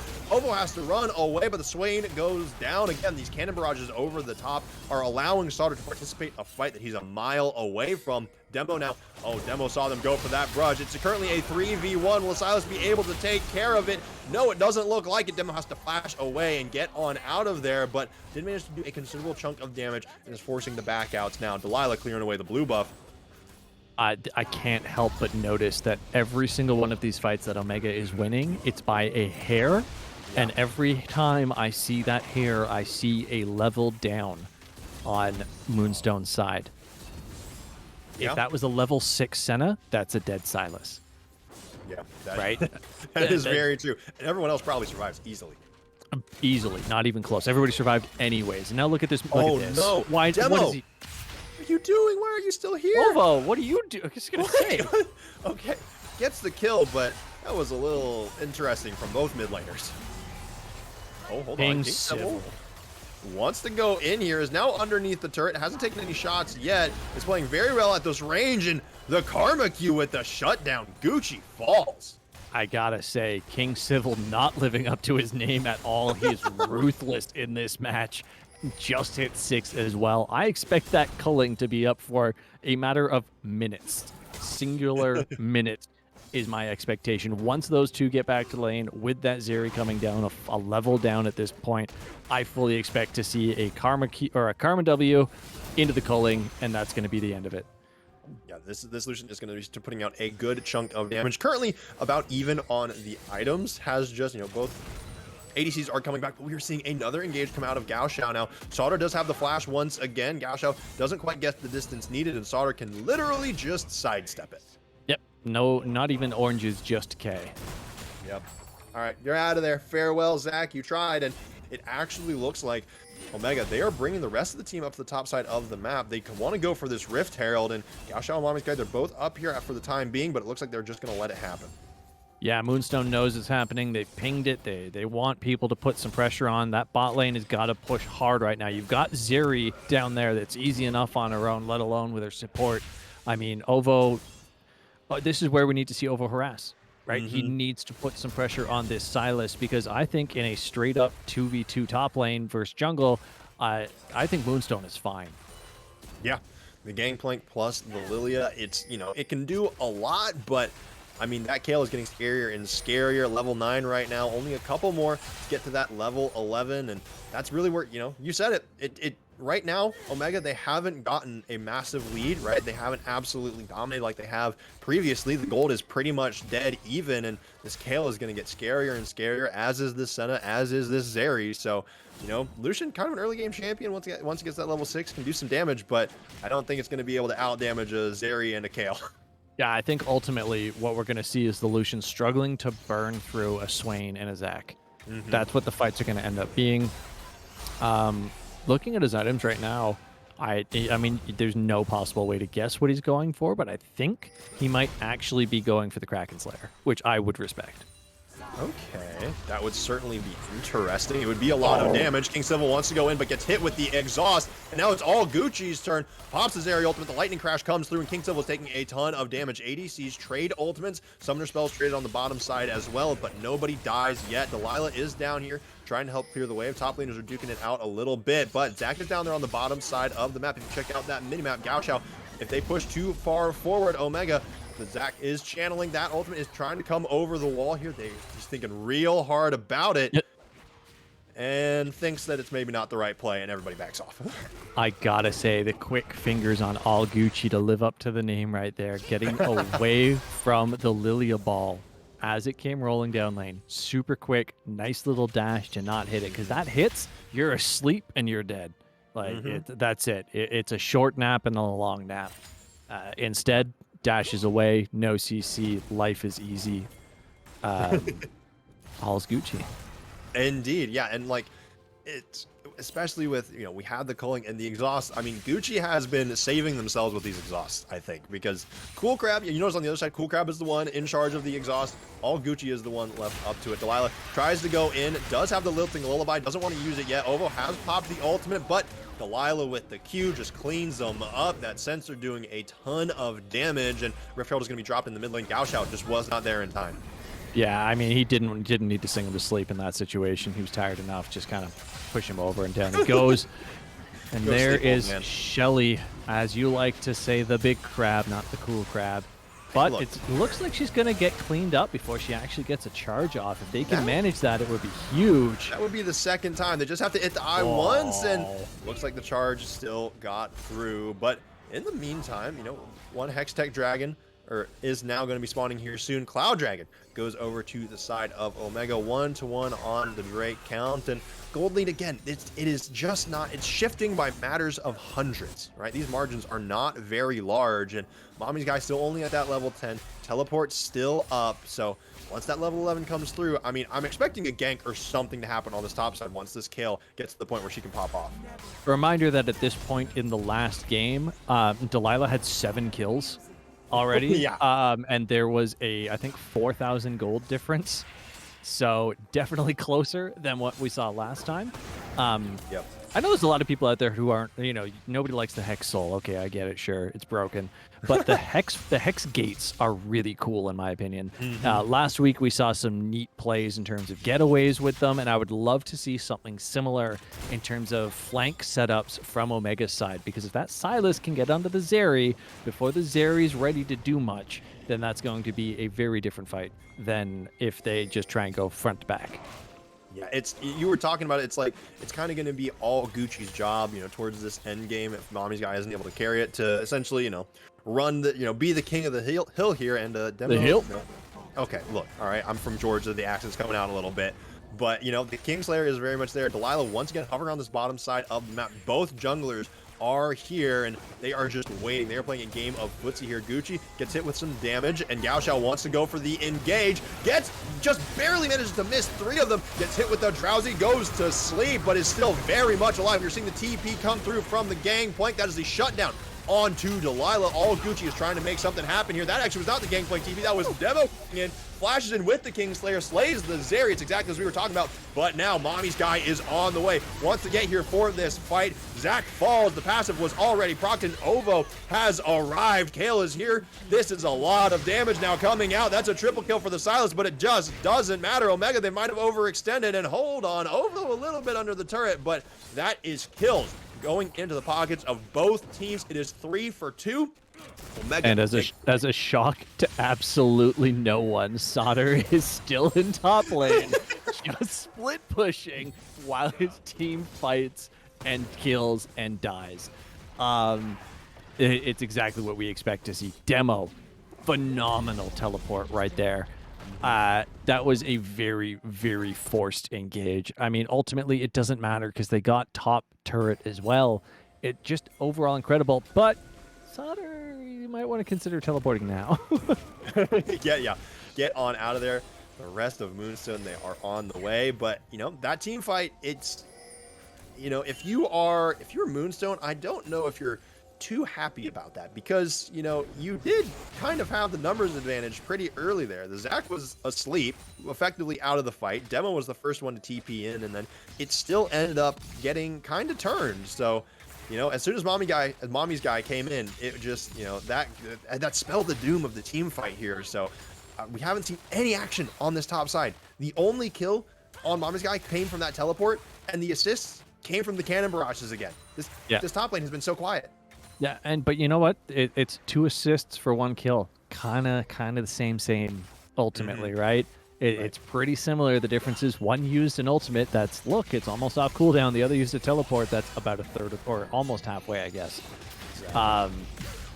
Very different situation there. And right up until Zeri hit this mid lane, she was actually a full level down from her support and 2 levels down from the opposing ADC. Right. So she has been bullied and forced out just continuously, and I need to see her getting more farm and getting more experience and getting as fed as we need to see her for her to be really to hit this, like, that status of hyper carry that we know her for, but as soon as possible. Yeah, and she's, you know, does have 3 kills to her name, but those have all been from those bot lane engages that have come out of Omega, really. So it's, you know, it's kind of 6 of one, half a dozen of another, but all Gucci, you know, exhaust is down for the time being. Lucian, that culling is up, and it actually looks like, you know, Moonstone, they want to start making a play around here. The Swirl Seed is used maybe a little prematurely on Gao Shao, but Dragon is spawning here in about 10 seconds, and it looks like Omega want to set up for it. They are continuing their MO of just stacking the soul. Yep, and honestly, can't blame them. They have a great comp for it. Huge pick here. Oh no, Allen and the Kale ultimate comes through just in time, though, and Delilah is the first one to fall. The culling comes through, giving King Civil a little bit of moves, trying to get out of there. Demo maybe going to get caught as well. Gets slowed. The blue smite coming in clutch, and that's a shutdown. Demo falls. It is 2-0 Moonstone. They get command over this dragon pit. That is the tie turner of the Kale ultimate. That is why Omega banned it in the first game. They didn't want to see it. Now they have to deal with it. And guess what? That is a level 13 Kale that is past the 11-minute mark that we knew they had to be scared of. They had an incredible pick. I said it. I shouldn't have, because it all gets turned. This is the power of Kale. Your opponent has 1 piece of hard CC. They use it. Kale says, nah, I don't think so. And that's it. 3 kills. Yeah, the Divine Judgment was absolutely clutch. And it's, you know, the Divine Judgment, it saved Alanin, and then it killed Delilah. Right? It just absolutely did its job. This Kale now coming in clutch. Didn't even have to use the TP. Cool Crab gets rooted by the last embrace. And Alanin, this is supportal combat. That the Karma absolutely never wins. Alanin is going to pay for it. Gets killed. That was really, effectively, that was a 3v1. So maybe getting a little big for their britches there. And Ovo is now going to get punished for it as well. That is a ton of damage coming out. Demo pops the Demonic Ascension as well. Ovo's trying to get out of there, but that is the shutdown. Zach manages to knock them both back into the turret. Delilah has to go into the stasis to stay alive very briefly, but Mommy's guy is here. Use the TP to come down and join the fight, and it is 2 for 3. Omega, they fall. Moonstone, they are clawing their way back into the lead in this game. We finally see the time hit, and Kale gets to make waves, literally and in terms of impact. This is it. This is the end-all, be-all situation for them now. Kale is online, is going to just feed like a vampire in a blood bank at this point. They held out. That's all you can really say. They lost 2 towers and got to the point where their end game came online. Now Omega has to be scared. They have to play a near perfect game. Otherwise, Mommy's guy is going to keep showing up to these fights, keep picking up kills, and just get even further and further out of hand. Yeah, this has been a Kayle this has been a non-fed Kayle, right? Had a very minor CS lead, and now Gaoxiao wants to go in, get Ovo up on the scoreboard a little bit more, but King Civil flashes and dashes and cleanses out of the way. And in the meantime, Shelly once again will start to make some waves. We'll actually get a charge in this time on the turret, but that should not take it out yet. So Rift Herald used once again before it times out, and to not much effect. Yeah, it is what it is. We've seen 3 dragons go down at this point, which is great. It's split, and no one's pushing Soul super early. We've only got a 2k gold difference in the favor of Moonstone this time, totally different than what we saw before. It's a game. It's a match. We're 21 minutes in, and we have no clear one side, right? Yeah. This is everything that you could ask for compared to the last game, where it was just like, well, there's a 96 kill difference at 9 minutes. Wonderful. Yeah, and to be fair, Delilah still has 5 kills, has the Leandries, has the second item. Those sword shoes are going to be doing a fair amount of damage, but on the other side, oh, hold on, King Civil is getting a chunk out. The last embrace doesn't quite hit, and Solo's going to try to back up. Alan does have the Dawning Shadow if they want to use it. The wave pushes in, but for the time being, it looks like they're actually going to make a move for the Baron pit. I don't know if this is going to be an actual Baron or they just want Vision to try and bait it in situation. Either way, Ovo needs to be careful. This is going to be a team fight, though. Cool Crab does get locked down, but the Lilting Lullaby locks down the Swain. Senna falls as well. The GP ultimate once again over the top, and Kayle is not here. Your hyper carry is on the bottom side of the map. It is up to Gaoxiao and Gucci to try to keep themselves alive and make it happen. Instead, everyone is just going to disengage. Ovo and Alan and fall. Cool Crab is the only one that dies on the other side. They're looking, they cleared out some vision on that Baron. They're not going to look for it, which I do not think that Omega should be trying to push this Baron right now. They need to look at the Dragon Timer, go pick up some vision down there because they have none.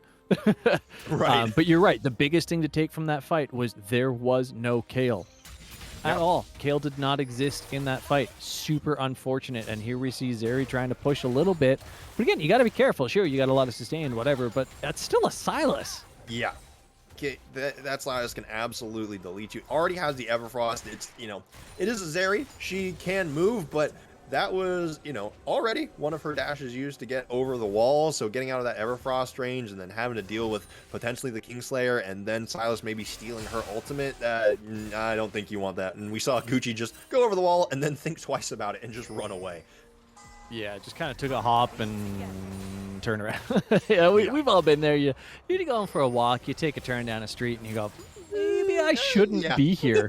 Exactly. And now we're getting the setup around this dragon bit. Oshi, I mean, this is once again Omega. They are not here first, and all of a sudden, never mind, you can't talk yet, my friend. Moonstone, they want to go in. Delilah gets shut down. Mommy's guy is here and not here to play. They are here to win. Demo goes in, tries to steal some ultimates, gets the Kingslayer down. That is Alan that has fallen. The calling is coming through, but it's only hitting onto Ovo. Gaoxiao is quite weak. Ovo pops the stasis. The damage is coming through. Demo pops the demonic ascension of his own to heal back up. This team fight is going on forever. Nobody has died too much yet. These health bars are so tiny. Mommy's guy is the only one left standing. It is 4 for 1. That could have gone so many different ways. But at the end of it, Omega get the next dragon. Demo is a monster. Absolute insanity in this fight. He gets in on the Senna, pops her, says you're out. It doesn't matter. You're gonna die. And then what does he do? Takes the Swain ult and says you can't kill me. And the biggest thing with Silas is you can still use your abilities while in that Swain ult. And guess what? That's where all of his damage comes from anyways. Yeah.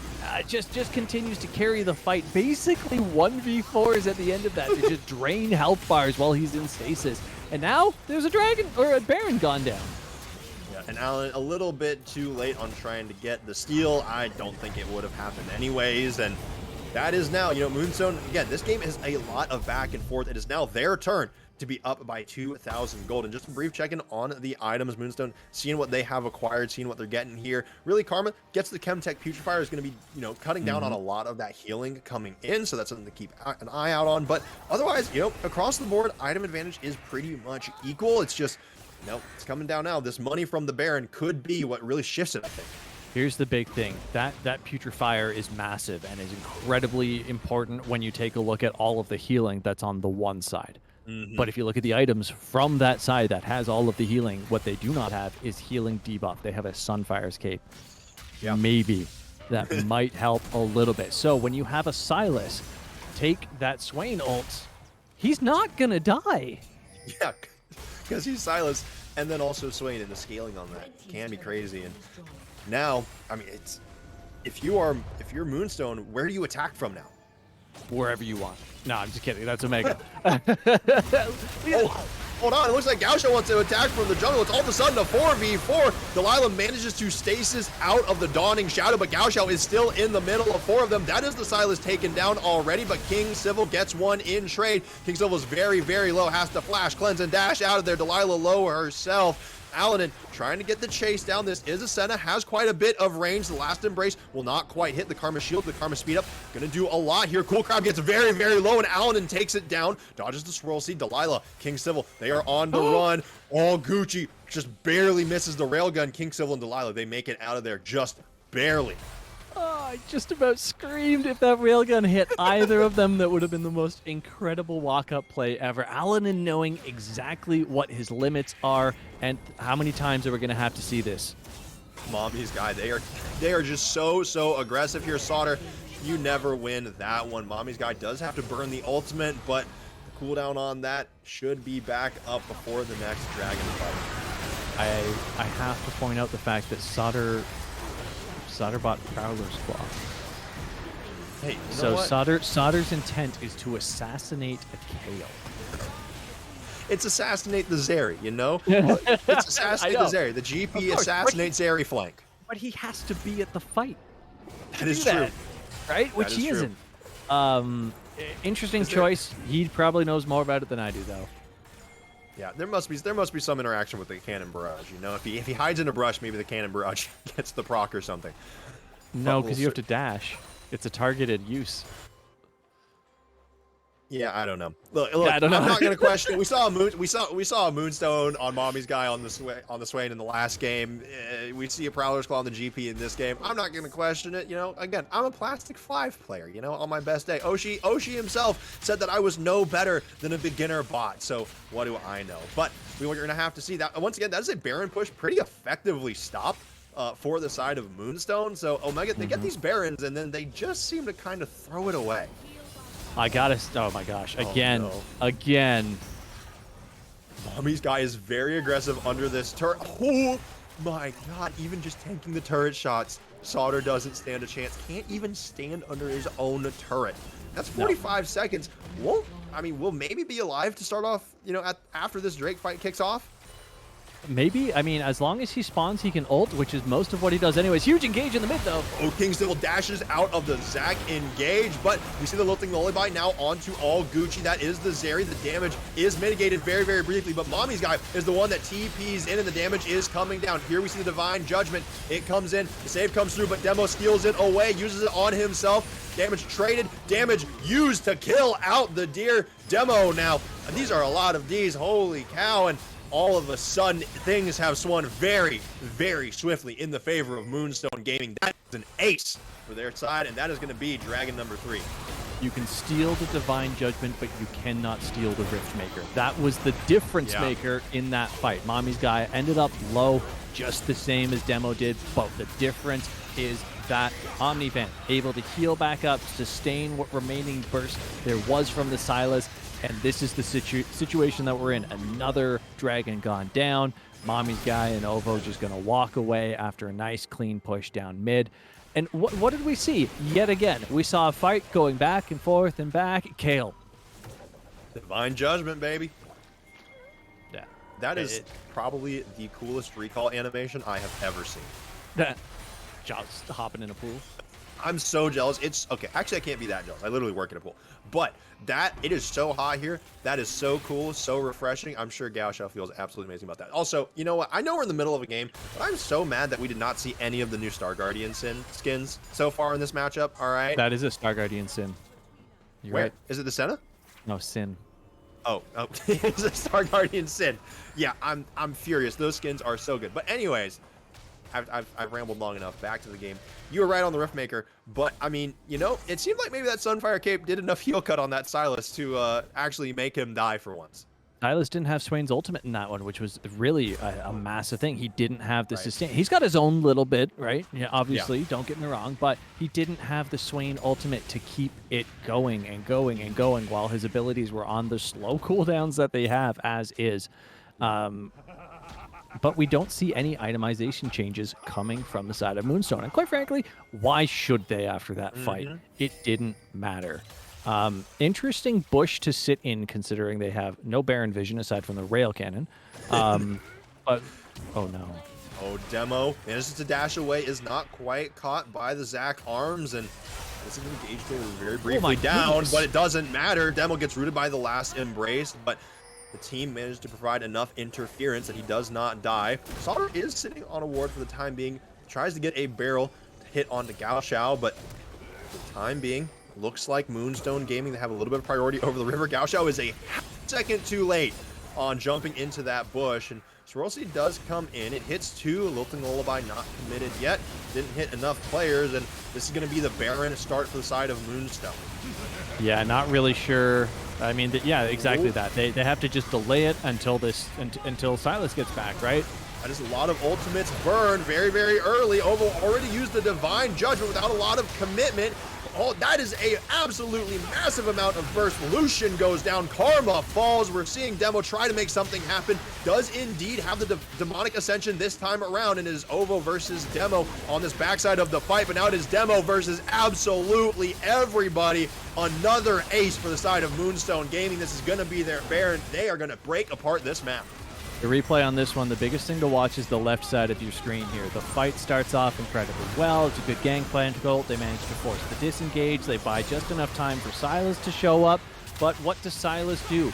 He goes to the strong side. He says, you're a tanky character. I'll come after you. Meanwhile, in your left-hand side there, you see Delilah try and get on the back line.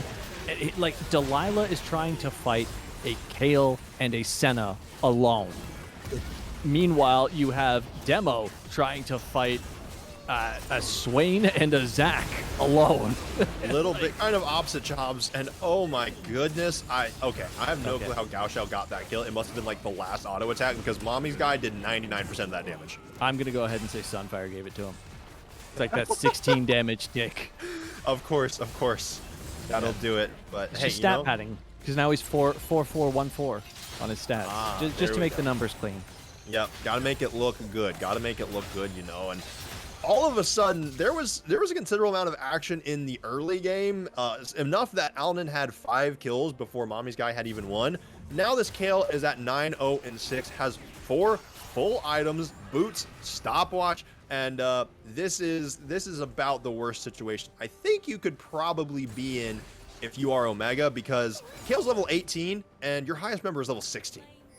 And quite frankly, I mean, I called for the Zeri. They picked the Zeri, and what have we not seen much of is the Zeri. Zeri has 4 kills. Okay, cool. Nowhere near as fed as the rest of the team. I mean, doesn't matter. Picks one up there as well.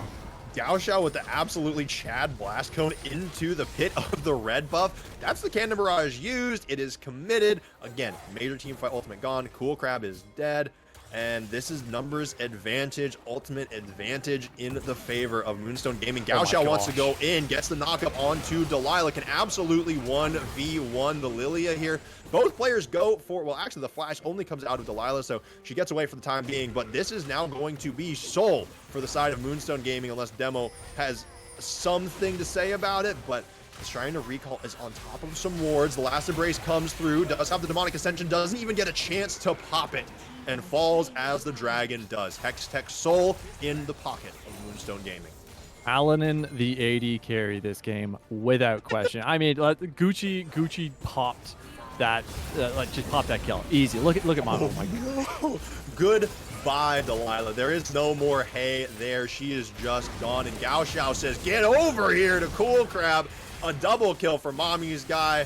The inhibitor's gonna fall. This is Baron buff. This is Hextech Soul. This is only Sauter and King Civil alive. Red side seems to be the kings in this matchup. And Mommy's guy is taking a ton of damage, and that is a shutdown. Gao Xiao gets pulled into the laser of the fountain, but it just doesn't matter. Sauter's the only one left standing. These turrets are going to fall. The Nexus is going to fall. Moonstone Gaming, they're gonna even it up 1-1 in the series. Absolute Chad of the game. Gao Xiao showing up in exactly what I wanted to see from him. A huge change up. Champions make the difference. That is what we saw. This was not a win at draft. This was not a lose at draft. This was fine. Nothing stupid. We'll come at you head to head. And boy, howdy did they. Yeah, they met them head on, and it worked. You know, I will say this is definitely a back and forth game. Probably like just some of those, you know, I think the team fighting, it seems like Moonstone, when it gets down to the nitty gritty, even in the last game when it came down to team fighting, it seemed like Moonstone, even when they were behind, they were able to come back. And now when they were even, Moonstone just seemed like the better team fighting team. Yeah, without question. Overall in the overall map play, I mean, you have to give it to Omega. Omega's ability to split and to control the map is phenomenal. But like you said, when those engages come through, when those fights finally hit, it was all Moonstone. Both games. Yeah. And it was even, you know, Mommy's guy performed well on the Swain last time, put it in the hands of Ovo this time. Ovo did pretty solidly, but it was just, I mean, that Kale performance, well, it just, you know, Delilah didn't pay enough attention to the top lane, it seemed, and it definitely bit them in the butt. At no point did Kale have to worry about getting behind. They just let the Kale scale. Yeah, they let Kale do what Kale does best. They said, go, enjoy your island, which is everything that you could ask for as a Kale. You're playing against a Gangplank. Okay, yeah, it's a little tough while you're both in melee and you're eating Qs, so you just heal yourself. But then you get range. Well, what's he going to do? He can't walk at you anymore. Exactly. Absolutely love to see it. And now, because you said something, I want to see Delilah play Rumble in the jungle so that I can say, hey, Delilah, what's it like in Bandit City? Yeah, you know what? I would love to see it too. You know, we've had one AP jungler. Maybe we'll see it. Maybe we'll see another one. I don't know if we're gonna see a Rumble jungle. I think that thing has been dead since MSI of 2020. But who knows? We will have to see in game number 3. We'll be getting into that in just a moment. Don't go anywhere.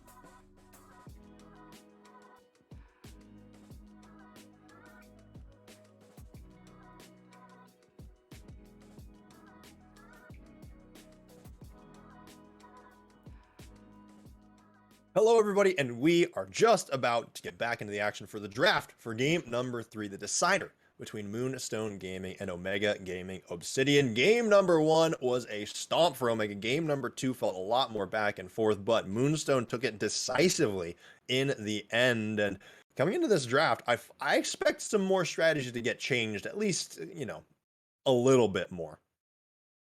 They're going to ban Kale.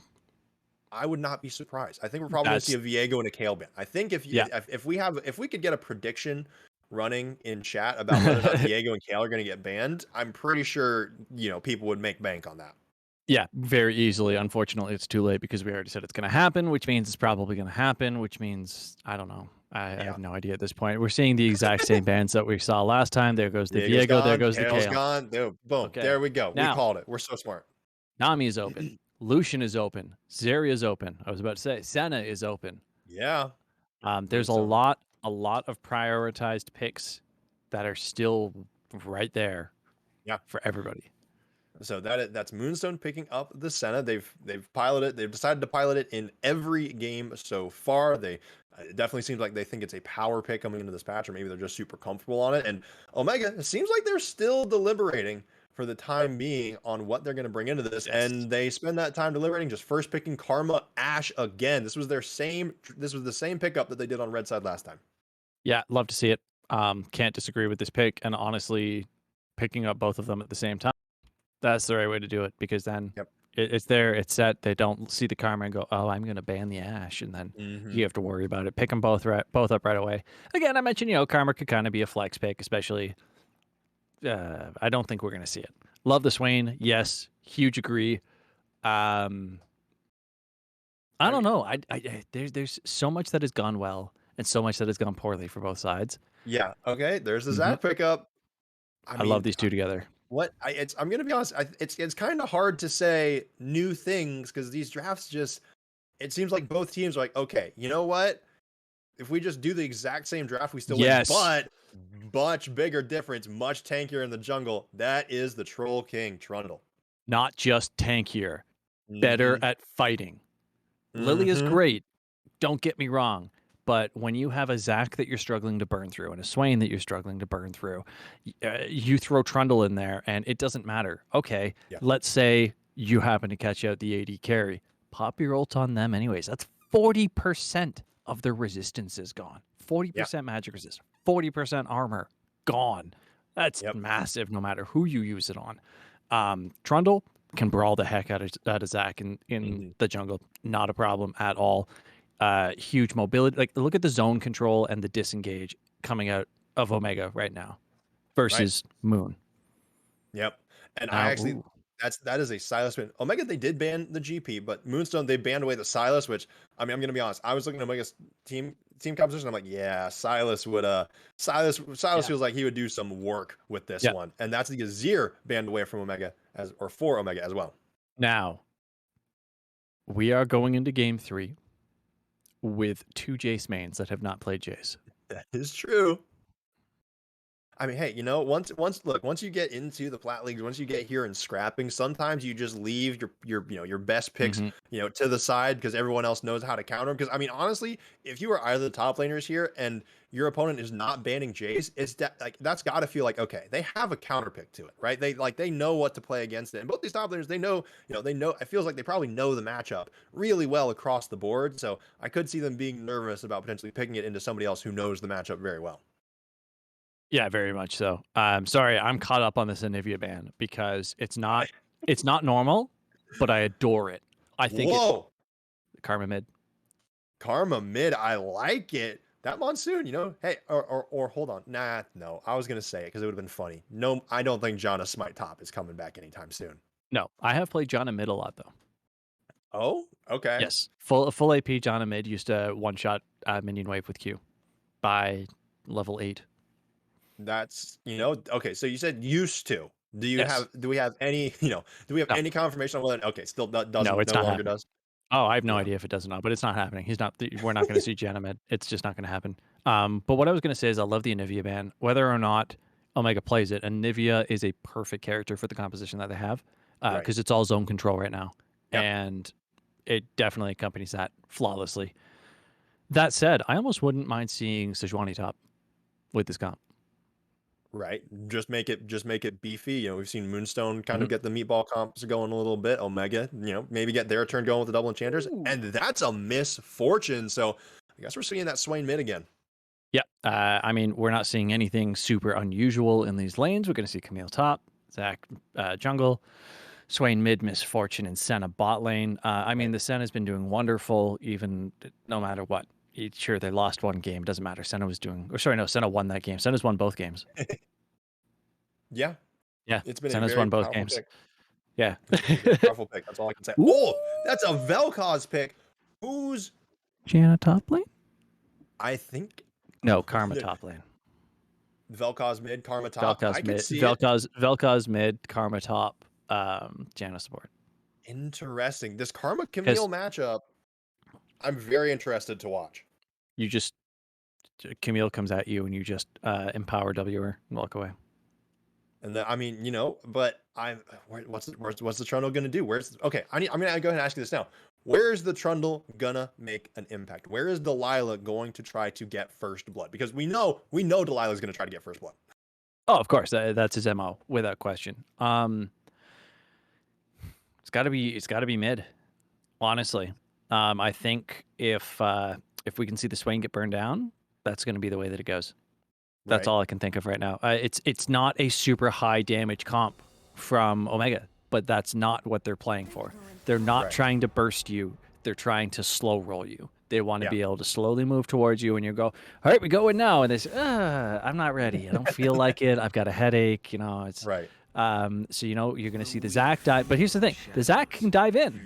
Yeah. Doesn't matter what you do, right? Nothing that they have will stop that. Actually, that's not true. The tornado will interrupt it. Same thing with Camille. Yeah, same thing with the Camille. But okay, you jump in, Janna ult, you're all gone. Yeah. It's what you're saying. It was zone control. Yeah, it's 100% zone control right now. And it worked really well for them the first time they played it. They played it incredibly, incredibly well. But the biggest thing they had then was the gangplank in the side lane. Karma is not the same as that. Karma does not have that universal ability to be in the side lane. So they have to 5-man push or 2-3 push. There's no other way about it. Yeah, that was one thing I was kind of thinking of. This is definitely like, this is Omega putting together finally a team fight comp, when before they've really been playing these side lanes super heavily. They've been trying to pull Moonstone around the map, and it worked pretty well in game 1. In game 2, I think Moonstone just, you know, they knew exactly what they wanted to do. And honestly, I thought Omega was just grouping up too much. But, you know, now Moonstone, they have the Camille, definitely a split pusher, but more than happy to be in a team fight. And, you know, for Omega, I'm just kind of nervous because, you know, even if this draft is something that they feel really, really good about, it seems like they're playing right into Moonstone's hands of just let's 5v5, you know, in the mid lane at the Dragon Pit and see who wins. Yeah, it's going to be really interesting in the overall. Again, it's the same situation as the first game. If Omega can start pulling ahead, the engage won't matter. You won't be strong enough to get an engage off. You're going to start kind of thinking about it, and you're going to get poked down, and then it's going to be too late. There's just it's going to be all about that sustain, right? I almost want to see like a second item Warmogs on the Zac, for example, just so that you're kind of feeling it out. You're getting poked down, but then you just heal right back up. The most important thing right now, though, is to favor chat and say, hey, does anyone here know any players who are particularly good at Vel'Koz, the Eye of the Void? I'm trying to learn a new top lane off meta. I'm not finishing. Oh man, we love a good copy pasta. We love a good meme. But we have the teams locked in. Everybody is pretty much where you called Oshi. So I'm ready to get into game number 3. We'll take a brief delay for our spectator break. And while we are on that delay, once again, please check out our wonderful sponsor, Pro Comps. There should be links posted in chat. And of course, there will be a little button that you can press down below the stream. You can get 50% off your first 3 months to use a phenomenal tool built for drafting and creating a better team comp for you, both in your competitive games and in solo queue. Get that drafting edge. Drafting wins games, folks. It's always the draft diff. But we'll see who draft diffs who in this upcoming game for the final decider between Moonstone and Omega. See you in a bit.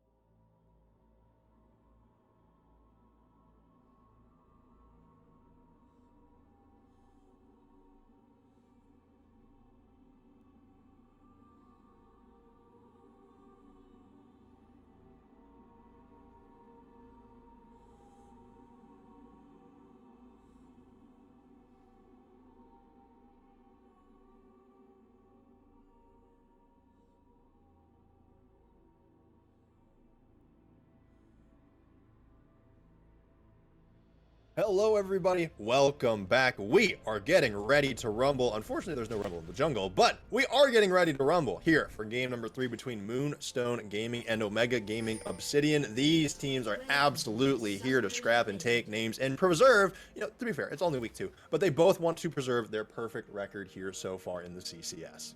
Yeah, exactly. We may not have a rumble in the jungle for you, but we do have a trundle in the jungle for you, and that can be pretty exciting as well. Quite frankly, Delilah has been a look-to player in both games that we have seen so far. It's either all or nothing with him, and we're seeing a lot of all most of the time. Yes, exactly. And it's worked out, and currently, Sauter and Mommy's guy are duking it out. I feel like the Camille wins this level 1 trade pretty convincingly, and Sauter forced to back, but minions have yet to spawn. So, Mommy's guy might actually I can't blame him. Recall. Nope, just stands there menacingly. If he had the hard read, he could have just used the ability as he walked up to the bush. Yep. And it would have stopped it. Unfortunately, we didn't see that, so UBC Sutter gets to walk away, walk back to lane, and ultimately nothing gained or lost for anyone. Yeah, and right now, we got Cool Crab hanging out in the Dragon Pit for a little bit just to get some vision and maybe check out where Gao Xiao is going. Gao Xiao was pretty aggressive early in the last game, so that ward might just save their life. We'll certainly have to see though, and we are already seeing very aggressive trading coming out here from the bottom lane. They've wanted to scrap this entire match so far, and it looks like they are ready to keep that up. I would expect absolutely nothing less from them. The unfortunate side, though, is this is not the Karma Ashe that was down there last time. This is a Janna. Janna does not brawl. Janna likes to shield you while you brawl. And unfortunately, you are going to be fighting 280 carries. Yeah, this Sen has just done so much work, and we are already seeing... We're seeing the rain of bullets come down from this misfortune, and this lane is already looking to be oppressive. Mommy's guy wants to go and get the stun onto Sauter, already has the level advantage, and is trying to maintain the health advantage at the same time.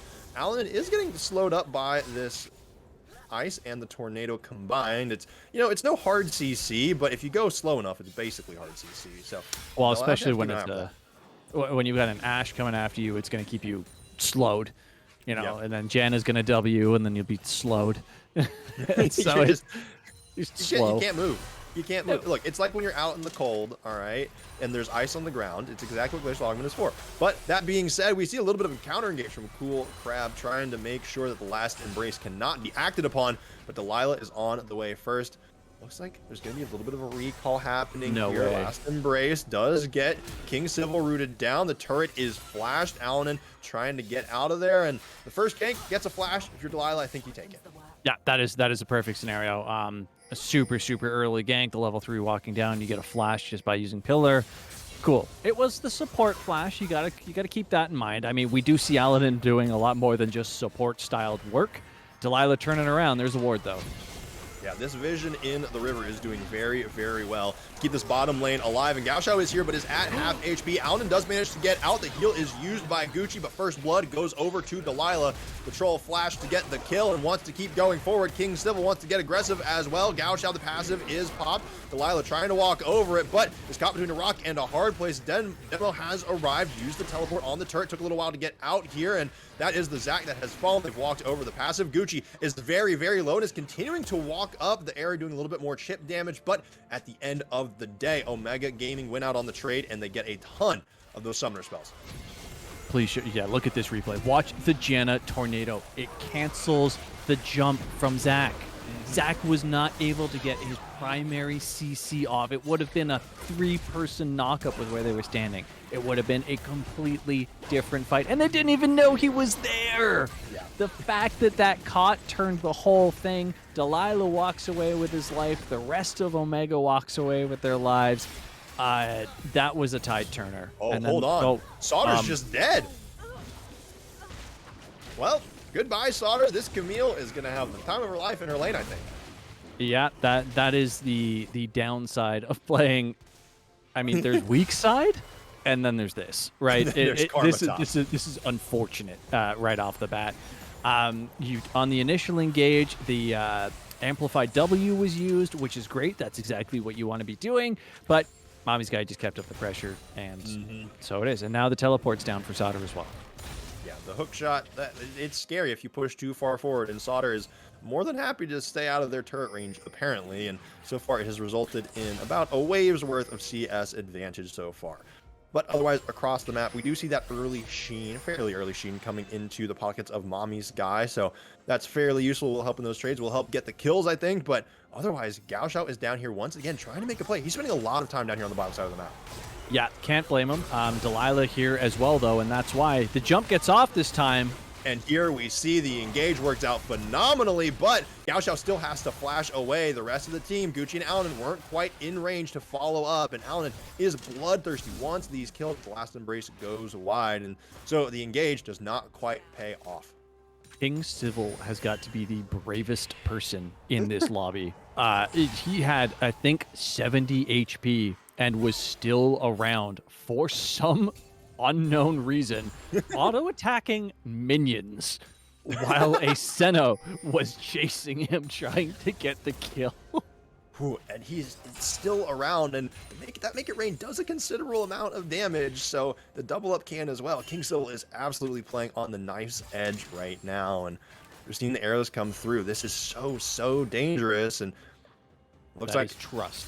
That is complete faith in Cool Crab to keep him alive, and Mommy's guy gets a little bit of damage on Sauter, but it is not the all-in yet, despite hitting that level 6 mark. Yeah, I mean, this is like a Camille Dream Lane, right? You're playing against a ranged, relatively squishy, non-bursty character, and you're just going to keep walking up. Look, what more could you ask for? Yeah, it's basically a free health pack. Yeah, repetitively, and then they used your main damage ability. Cool. Root does come in, which keeps Sauter alive for a little bit, but Sauter just sticks around and getting some chip, but Mommy's guy, again, continuing to win out on the trades. That said, Sauter, hasn't lost too much more CS since the last time, but the hookshot coming through as well. Sauter gets rooted again, and just this health chunk is coming through again and again, but keeps on getting the roots. Sauter playing this well, I think. He's playing it decently, and as long as he can get the empowered W's off, he gets a fair amount of health back, and that's the important thing about, in order to survive the harass here. The big thing, though, is he doesn't have attack damage, right? So he gets the root off, everything's on cooldown, you don't have the ability to empower your Q, so you've got no burst, so you're not doing any damage back. Yeah. And that's, that's kind of the terrifying thing when you're up against the Karma with that Hex Tech ultimatum. But while we were looking up in the top side of the map, the bottom lane for Omega Gaming, Obsidian managed to pick up the first dragon with relatively little fight at all. I think, Delilah just said, hey, you know what? We got a little bit of lane priority. Let's push it. Let's make it happen. And meanwhile, that is a last embrace on Cool Crab, but doesn't get rooted in too much of a vulnerable spot. And so while damage is getting traded, there is some action about to happen on the top side of the map. We see the engage come through, but Mommy's guy dives underneath the turret. Gaoshao taking a fair chunk from this Karma, and Sauter is effectively dismantling this dive. Yeah, it's a very difficult situation. They didn't quite layer CC properly, and so be it. He managed to get under the tower. Here's Delilah in the bot lane again. Doesn't even bother clearing out the ward. I was going to say, he just kind of walked past it at first. Cool Crab sitting on a ward, though. Learned the hard way. Embrace does come in, but yeah. It's, these junglers, it seems like they know where they should play now. Delilah, we are seeing them keep on coming down to the bottom side of the map. They're making it work. Mommy's guy up on the top side, though, now is trying to get more damage onto Sauter. The Hextech ultimatum comes through. I mean, this is a dead Karma. The shield comes through to maybe stop the last tick of Ignite from taking her down, and indeed it does. She lives. Yeah, Hextech ultimatum. Great push in the overall. That's teleport and Ignite down on the Camille, but she has wave. The wave is pushing to her. She lost very little there. CS, I gotta say, Sauter doing great so far. The CS is not phenomenal top lane at all. Yeah, but now in the bottom lane, Alanin gets hit with the exhaust, but the turret, or the Trundle Pillar, actually makes it a little bit harder for them to chase down Alanin, who does go into the mist, but still gets chopped down. And now we're seeing Trundle. It's a 2v3 team fight for the time being, but, I mean, if you're Omega, you already got what you wanted, and you're going to head on out of here. Yeah, Delilah, again, with that level advantage over Gaoshu, just showing the difference in, like we keep talking about, meta jungle versus slightly less meta jungle. Zach, yeah, played a lot. Trundle, played a ton. Does incredible, very, very strong. Oh, that is a massive ultimate, and Ovo commits the flash, gets out with single-digit HP. Has to back immediately. Mommy's got going in again on Sauter. Doesn't quite land the wall dive, and Sauter goes for the shield. Manages to get out of there with absolutely no problem. Even get a considerable chunk onto Mommy's guy, taking them down to half health, even lower than that.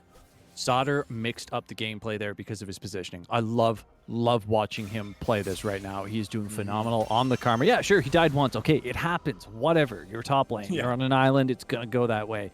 That right there, he recognized the situation and did not panic. He said, you missed your wall dive, which means you missed your primary burst, walked away and tried to wait. Oh, it's King Civil. King Civil. Oh! Over okay, the top. That flash was clean, but I mean, if you're Allen it, I think that's a little, that's a little bit of a throw. No, Allen positioned his ult perfectly. Forced the flash. Otherwise, King Civil didn't have to flash that at all. Interesting. Oh, no.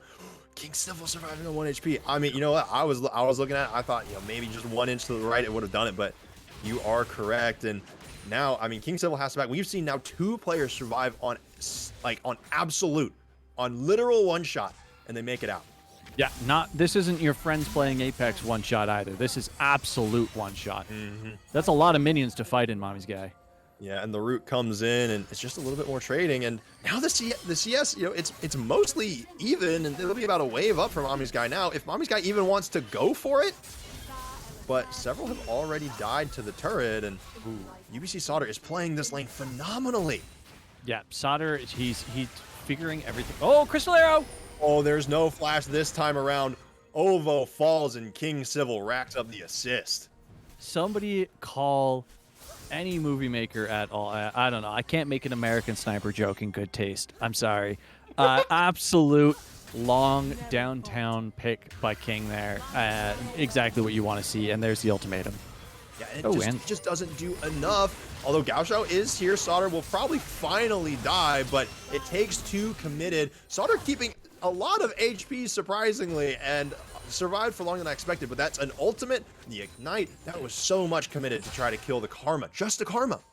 Yeah, that is 2 top. They did pick it up, though, and if they can turn that into a rift, it'll be huge. I don't think they're going to. They really should. Dragon's going.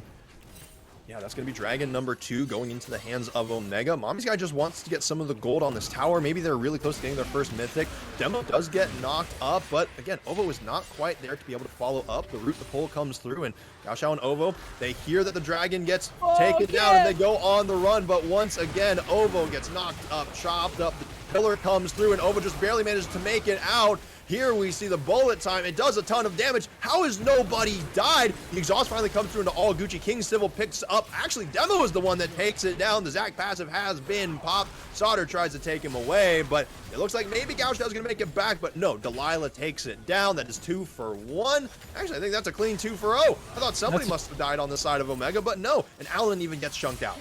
Oh my good. Now it's going to be a 2 for 1. Oh no, he walks out. This guy isn't able to commit to it. These health bars were so low for the side of Omega, and Moonstone just couldn't capitalize on it. That is what you call perfect tank rotation.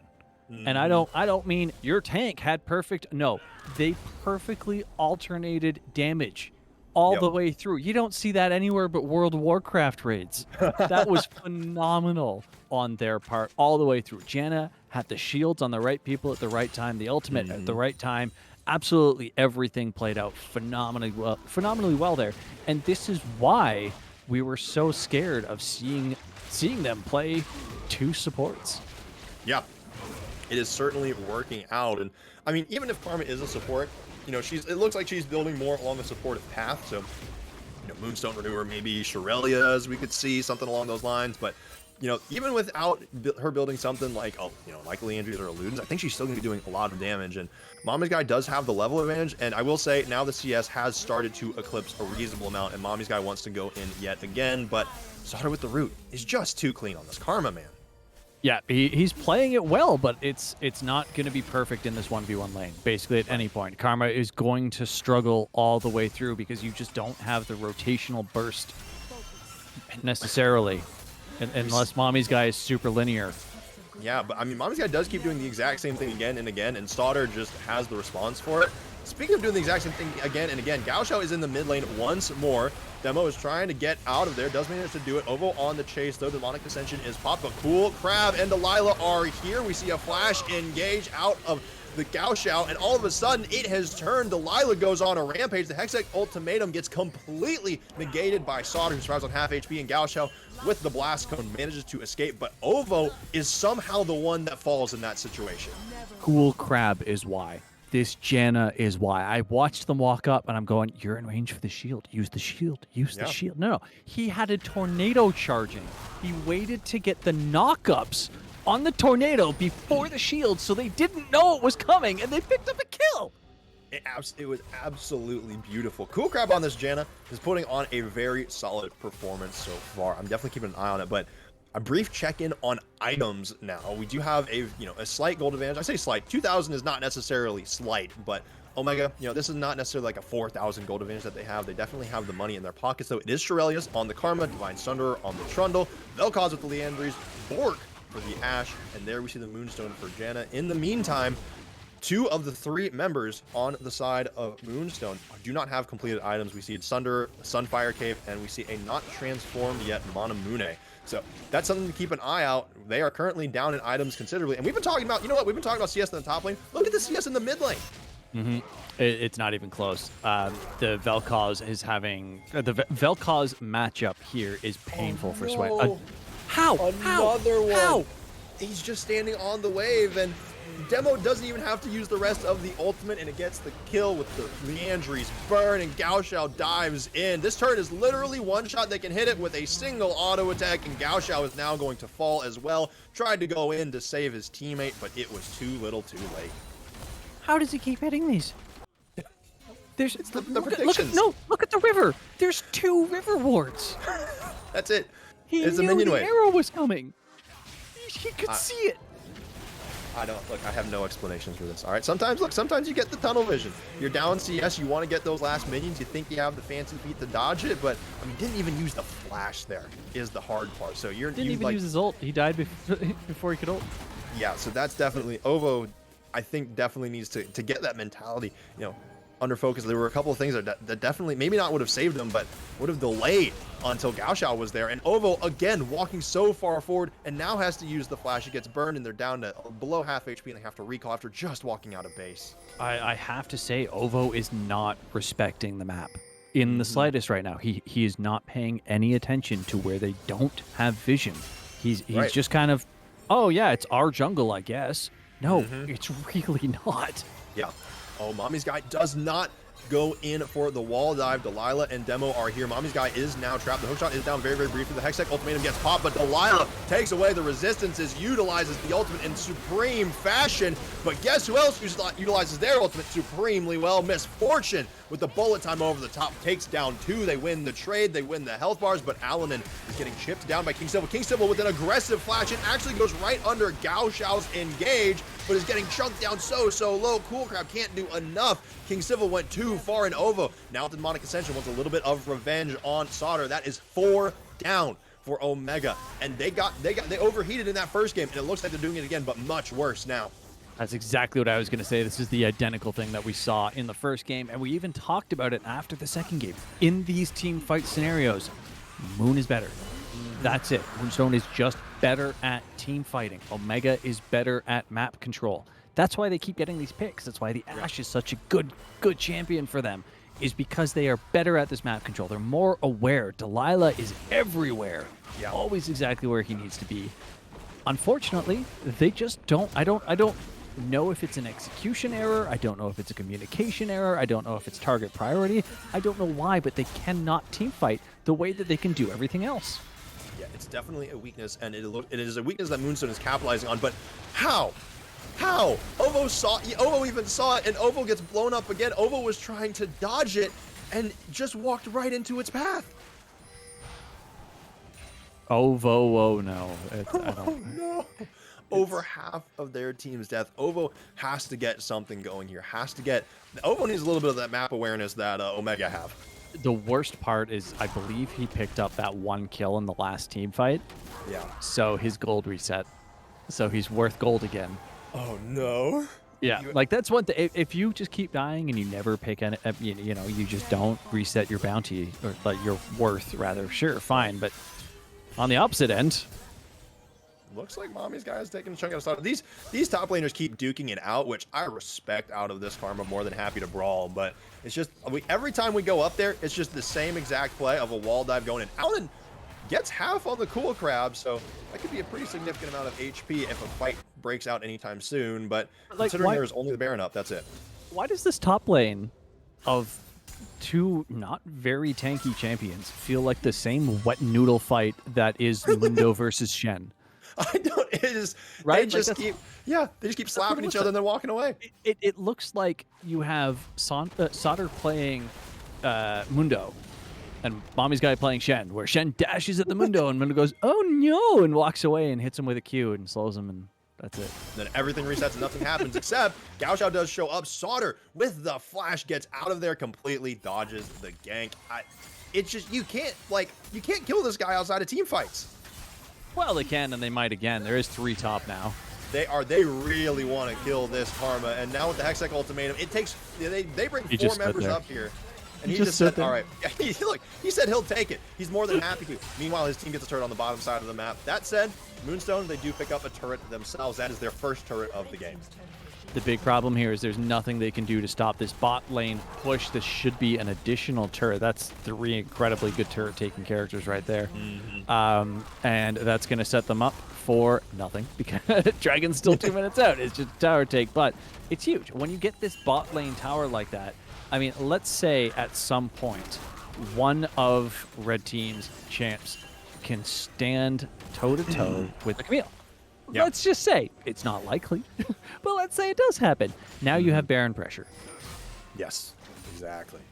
And I doubt they're gonna put Delilah down there on the bottom side of the map. But maybe Demo with the ultimate just clears the wave. Although maybe you don't want to be mobile against the Camille. So it's a good question, but I don't know. It feels like it's slipping farther and farther away out of Moonstone's hands. The gold lead is not that insane. It's still just over 2K, 2,500, but as Delilah ramps up, it just, unless that, that's it. I say that, but the team fights keep going in Moonstone's favor.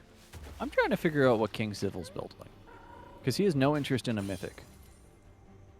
Huh. Well, neither does Gucci apparently. Yeah. Look, they're going for something. That's a codex on Gucci. I don't know. Oh, Demo. Oh no. They don't have vision. There might be an Astro coming in. 3. Demo might just be able to kill it. Yeah, Demo might just be able to get it. Doesn't even need the Astro. Delilah comes down just to check it out, and Demo. This is what you were talking about, kind of, with that turret going down. They don't have the vision, and Ovo just pushes way too far up. Again, like Ovo again, not respecting vision. They have 1 ward in their bottom jungle, and it was nowhere near where he is, and it actually just timed out as well.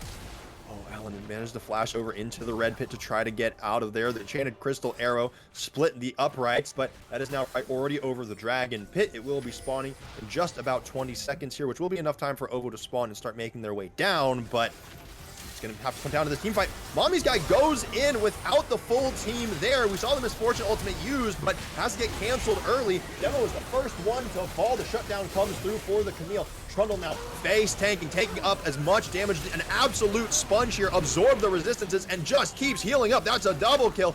This Delilah, this Trundle is going so far. That is the absolute distance. That is an ace. Ovo is the only one alive left to come into the mid lane. Is so far forward for the rest of the team just dying. The dragon will go down. Ovo needs to back up. Yeah, Ovo, exactly. Now you're listening. You're going back. You're a little bit, okay, understandable. Respectable even. The problem with this fight, look at, like, it was a great engage. I love it. It was smart. Mommy's guy had the right idea. His team was mostly behind him. The problem is he misjudged Sauter's teleport.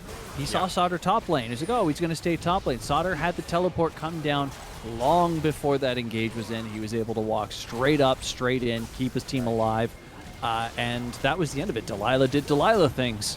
That's all there is to say. Now the Baron looks like a... Tempted to go in, managed to get one onto the cool crowd. The Baron buff does go over to the side of Omega, but King Civil gets chunked down very, very low. That said, Mommy's guy falls. That is 2 kills. Delilah is still very, very healthy. King Civil is trying to back and get out of there, but he's probably just going to fall to a single slap. No! Alan didn't have the vision to take the shot. They did. I swear he could have seen him. Like, I swear Gaucho could see him. And the W, I guess it must have been on cooldown. They had no abilities to reach, and that's.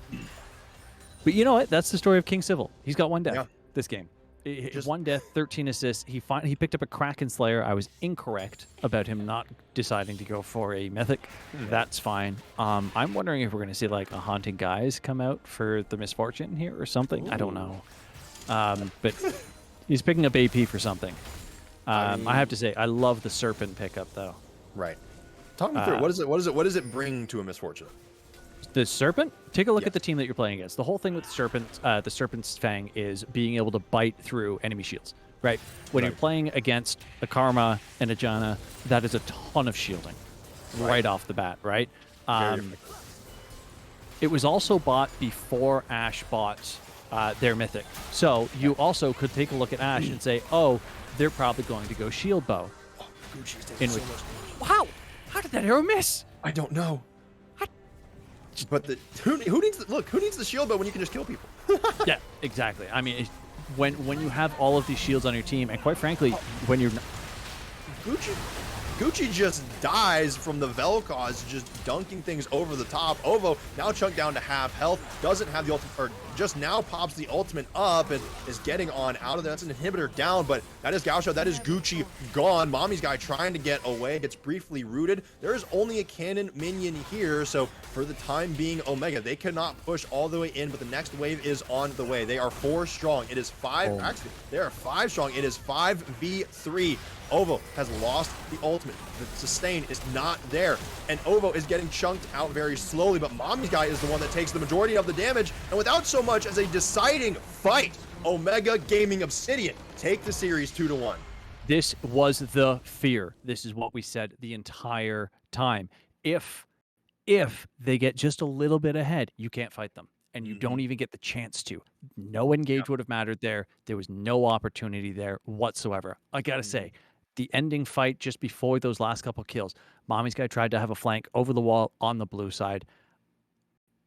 Sauter was perfect. Sauter was perfect in that situation. Yeah, Sauter got bullied and had some problems in lane because of the matchup. It happens. Whatever. What ended up happening in that very ending, though, was that Karma snare. The W over the wall came through, and that was it. Yep. You don't get to jump the wall. Yeah, and like just congrats, like just I cannot put enough props on Sauter in that game because again, this is a Camille. Camille can be very oppressive in lane, even ended up getting that CS advantage, but there were just so many times where those hook shots into those wall dives just missed because Sauter just knew the movement. Yeah, Sauter, and the one thing I noted was Sauter wouldn't move towards their turret, they would walk away from it because they knew the direction that the Camille was predicting, and there was just never any adjustment there, it felt like. Yeah, exactly. And that is a lesson for anybody who ever plays against a Camille. If they hook shot the wall, don't walk this way because they have enough distance to follow you at that 90. Walk straight upwards. That is the farthest distance that you can put between the point of contact for their hook shot and where they will stun you. Played flawlessly, very clearly knows the matchup. Maybe not the matchup between Camille and Karma per se, but definitely knows how the Camille gameplay went. Did incredibly well. But again, my MVP through that whole thing has to go to the Janna. It was so good. The shields, the heals. The big turning fight, the fight that I mentioned that the Janna single-handedly turned, where Vel'Koz was getting caught out in the mid, 100% turnaround because of the Janna there. Not just the positioning, but the way that they played it. You could have just thrown the shield up, give the whole thing away. Cool, you still save your mid laner, whatever. Right. Smart gameplay to be able to turn it around into a kill as well. Right. And it was just overall, that game 2 felt so much like game 1. Obviously, the drafts were a little bit different. The comps were a little bit different. The way Omega was approaching the game was slightly different. But at the end of the day, even though it didn't feel like they were the best team fighters, at the very end, Moonstone didn't even try to team fight. Right? Sure, they were down a couple members, but they didn't even try to make a stand. And couldn't. Omega just said, all right, we'll take your Nexus for absolutely free. Yep. And all I can picture after that entire thing is Vel'Koz did incredible, obviously. Yep. What if that was an Anivia? Yeah. That's all I can think now. I still love that ban. Ban was great. It ultimately didn't matter. Yeah. The Vel'Koz did wonders. The synergy between the Vel'Koz and the Ashe was incredible. The Ashe ults and the overall carried the game as well. Exactly. Yeah. So Congrats to Omega Gaming Obsidian. They move on to 2-0 in the CCS Wednesday division. Unfortunately, if you are Moonstone Gaming, you have taken your first loss. So, but that being said, we already have our interview set up. Well, not yet. We're gonna get set up here in just a moment. My apologies, I misspoke. Give us just a couple minutes, and we will be bringing in King Civil to take the winner's interview.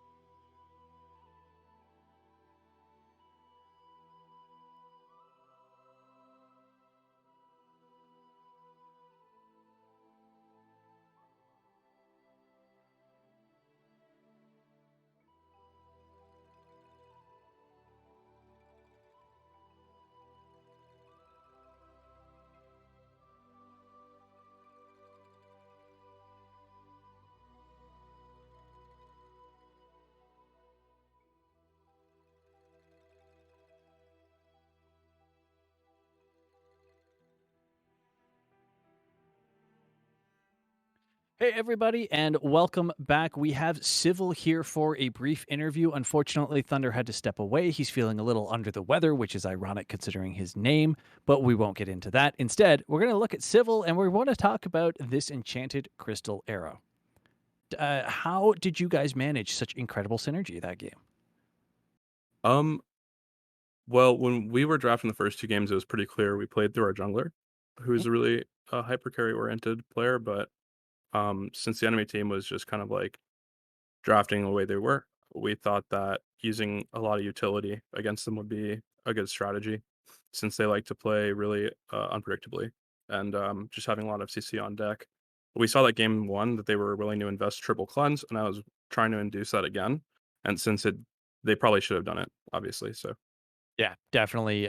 It definitely played out well for them in the first game. Unfortunately, they did lose that as well. Fortunate for you, but trying to bait it out again. Respect it. I definitely um, enjoyed the fact that you picked both Karma and Ash in the same pick on the same side in the same manner, so that they couldn't ban it one way or the other for you. mhm. Um, do you think that maybe pushing Delilah off of the hyper carry onto the more mage style jungler, do you think that was a major factor in game two, or what went wrong there? So when I think the problem for the game two draft kind of goes back to the Lucian pick, where Hmm. I had a very clear Ash angle, and I could have played utility early to enable a carry. When we ran into what we were drafting against after their R4, our only 2 options were Trundle and Lilia, but our jungle really likes to prefer to be able to play on a carry-oriented side.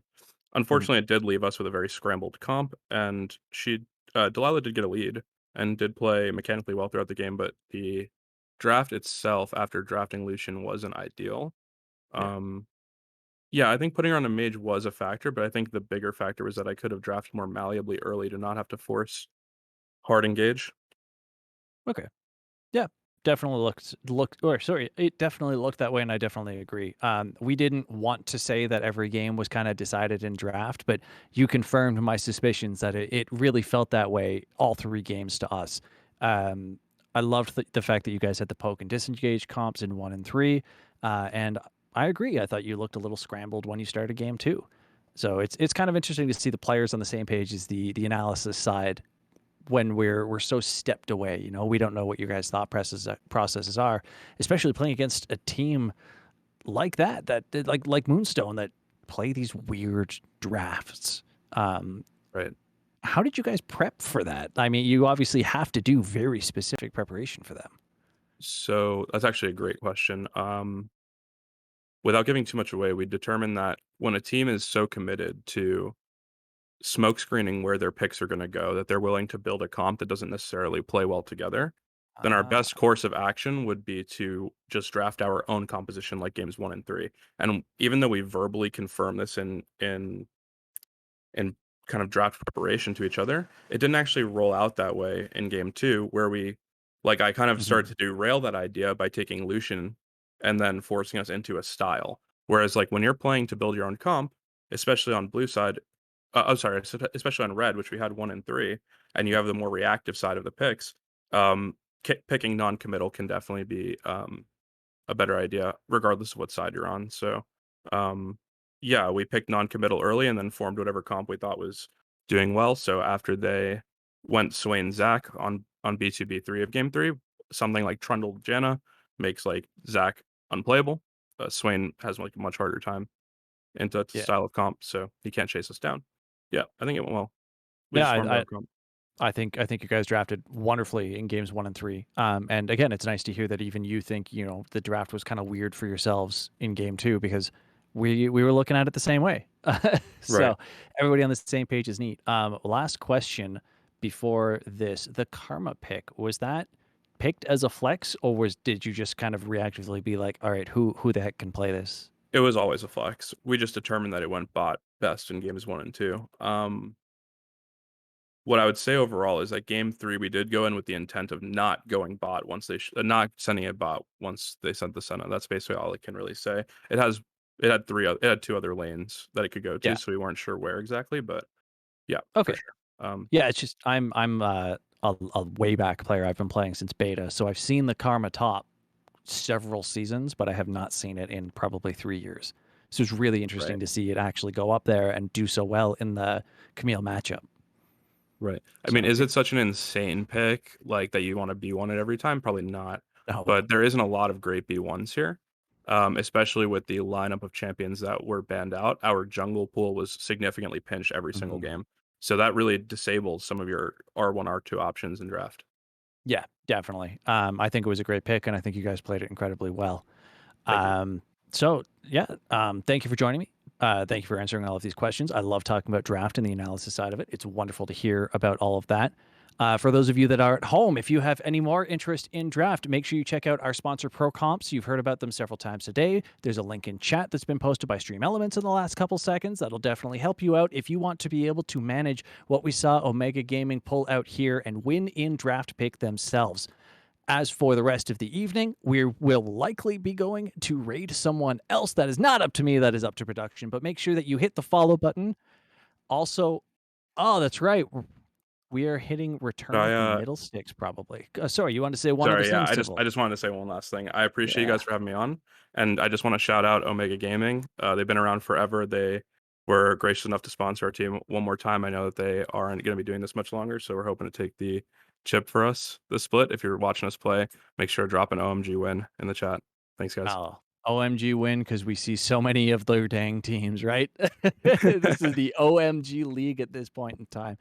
That's wonderful. I love to hear people thanking their orgs, and I love to see orgs come out. I don't want to say come out of the woodwork, but pick up more teams, more players than just one team, and say, okay, we're good. So yeah, Right. big ups to them, and love their participation here. We are going to be hopping over to, I believe it was Middle Sticks Gaming, a Return of the Middle Sticks, rather, is where we're going to be headed. Make sure you stick around, hit the follow button here, hit the follow button there once we get there. Make sure you check out Twitter as well, CSS Esports. You can find me on there at Oshadash, not dad like it says above me. Production likes to troll because I'm an old man. Make sure you hit up Thunder as well. He was my co-caster this week, last week, and probably next week. So it was absolutely wonderful to have you all here. Enjoy the rest of your week. Make sure you tune in tomorrow as well.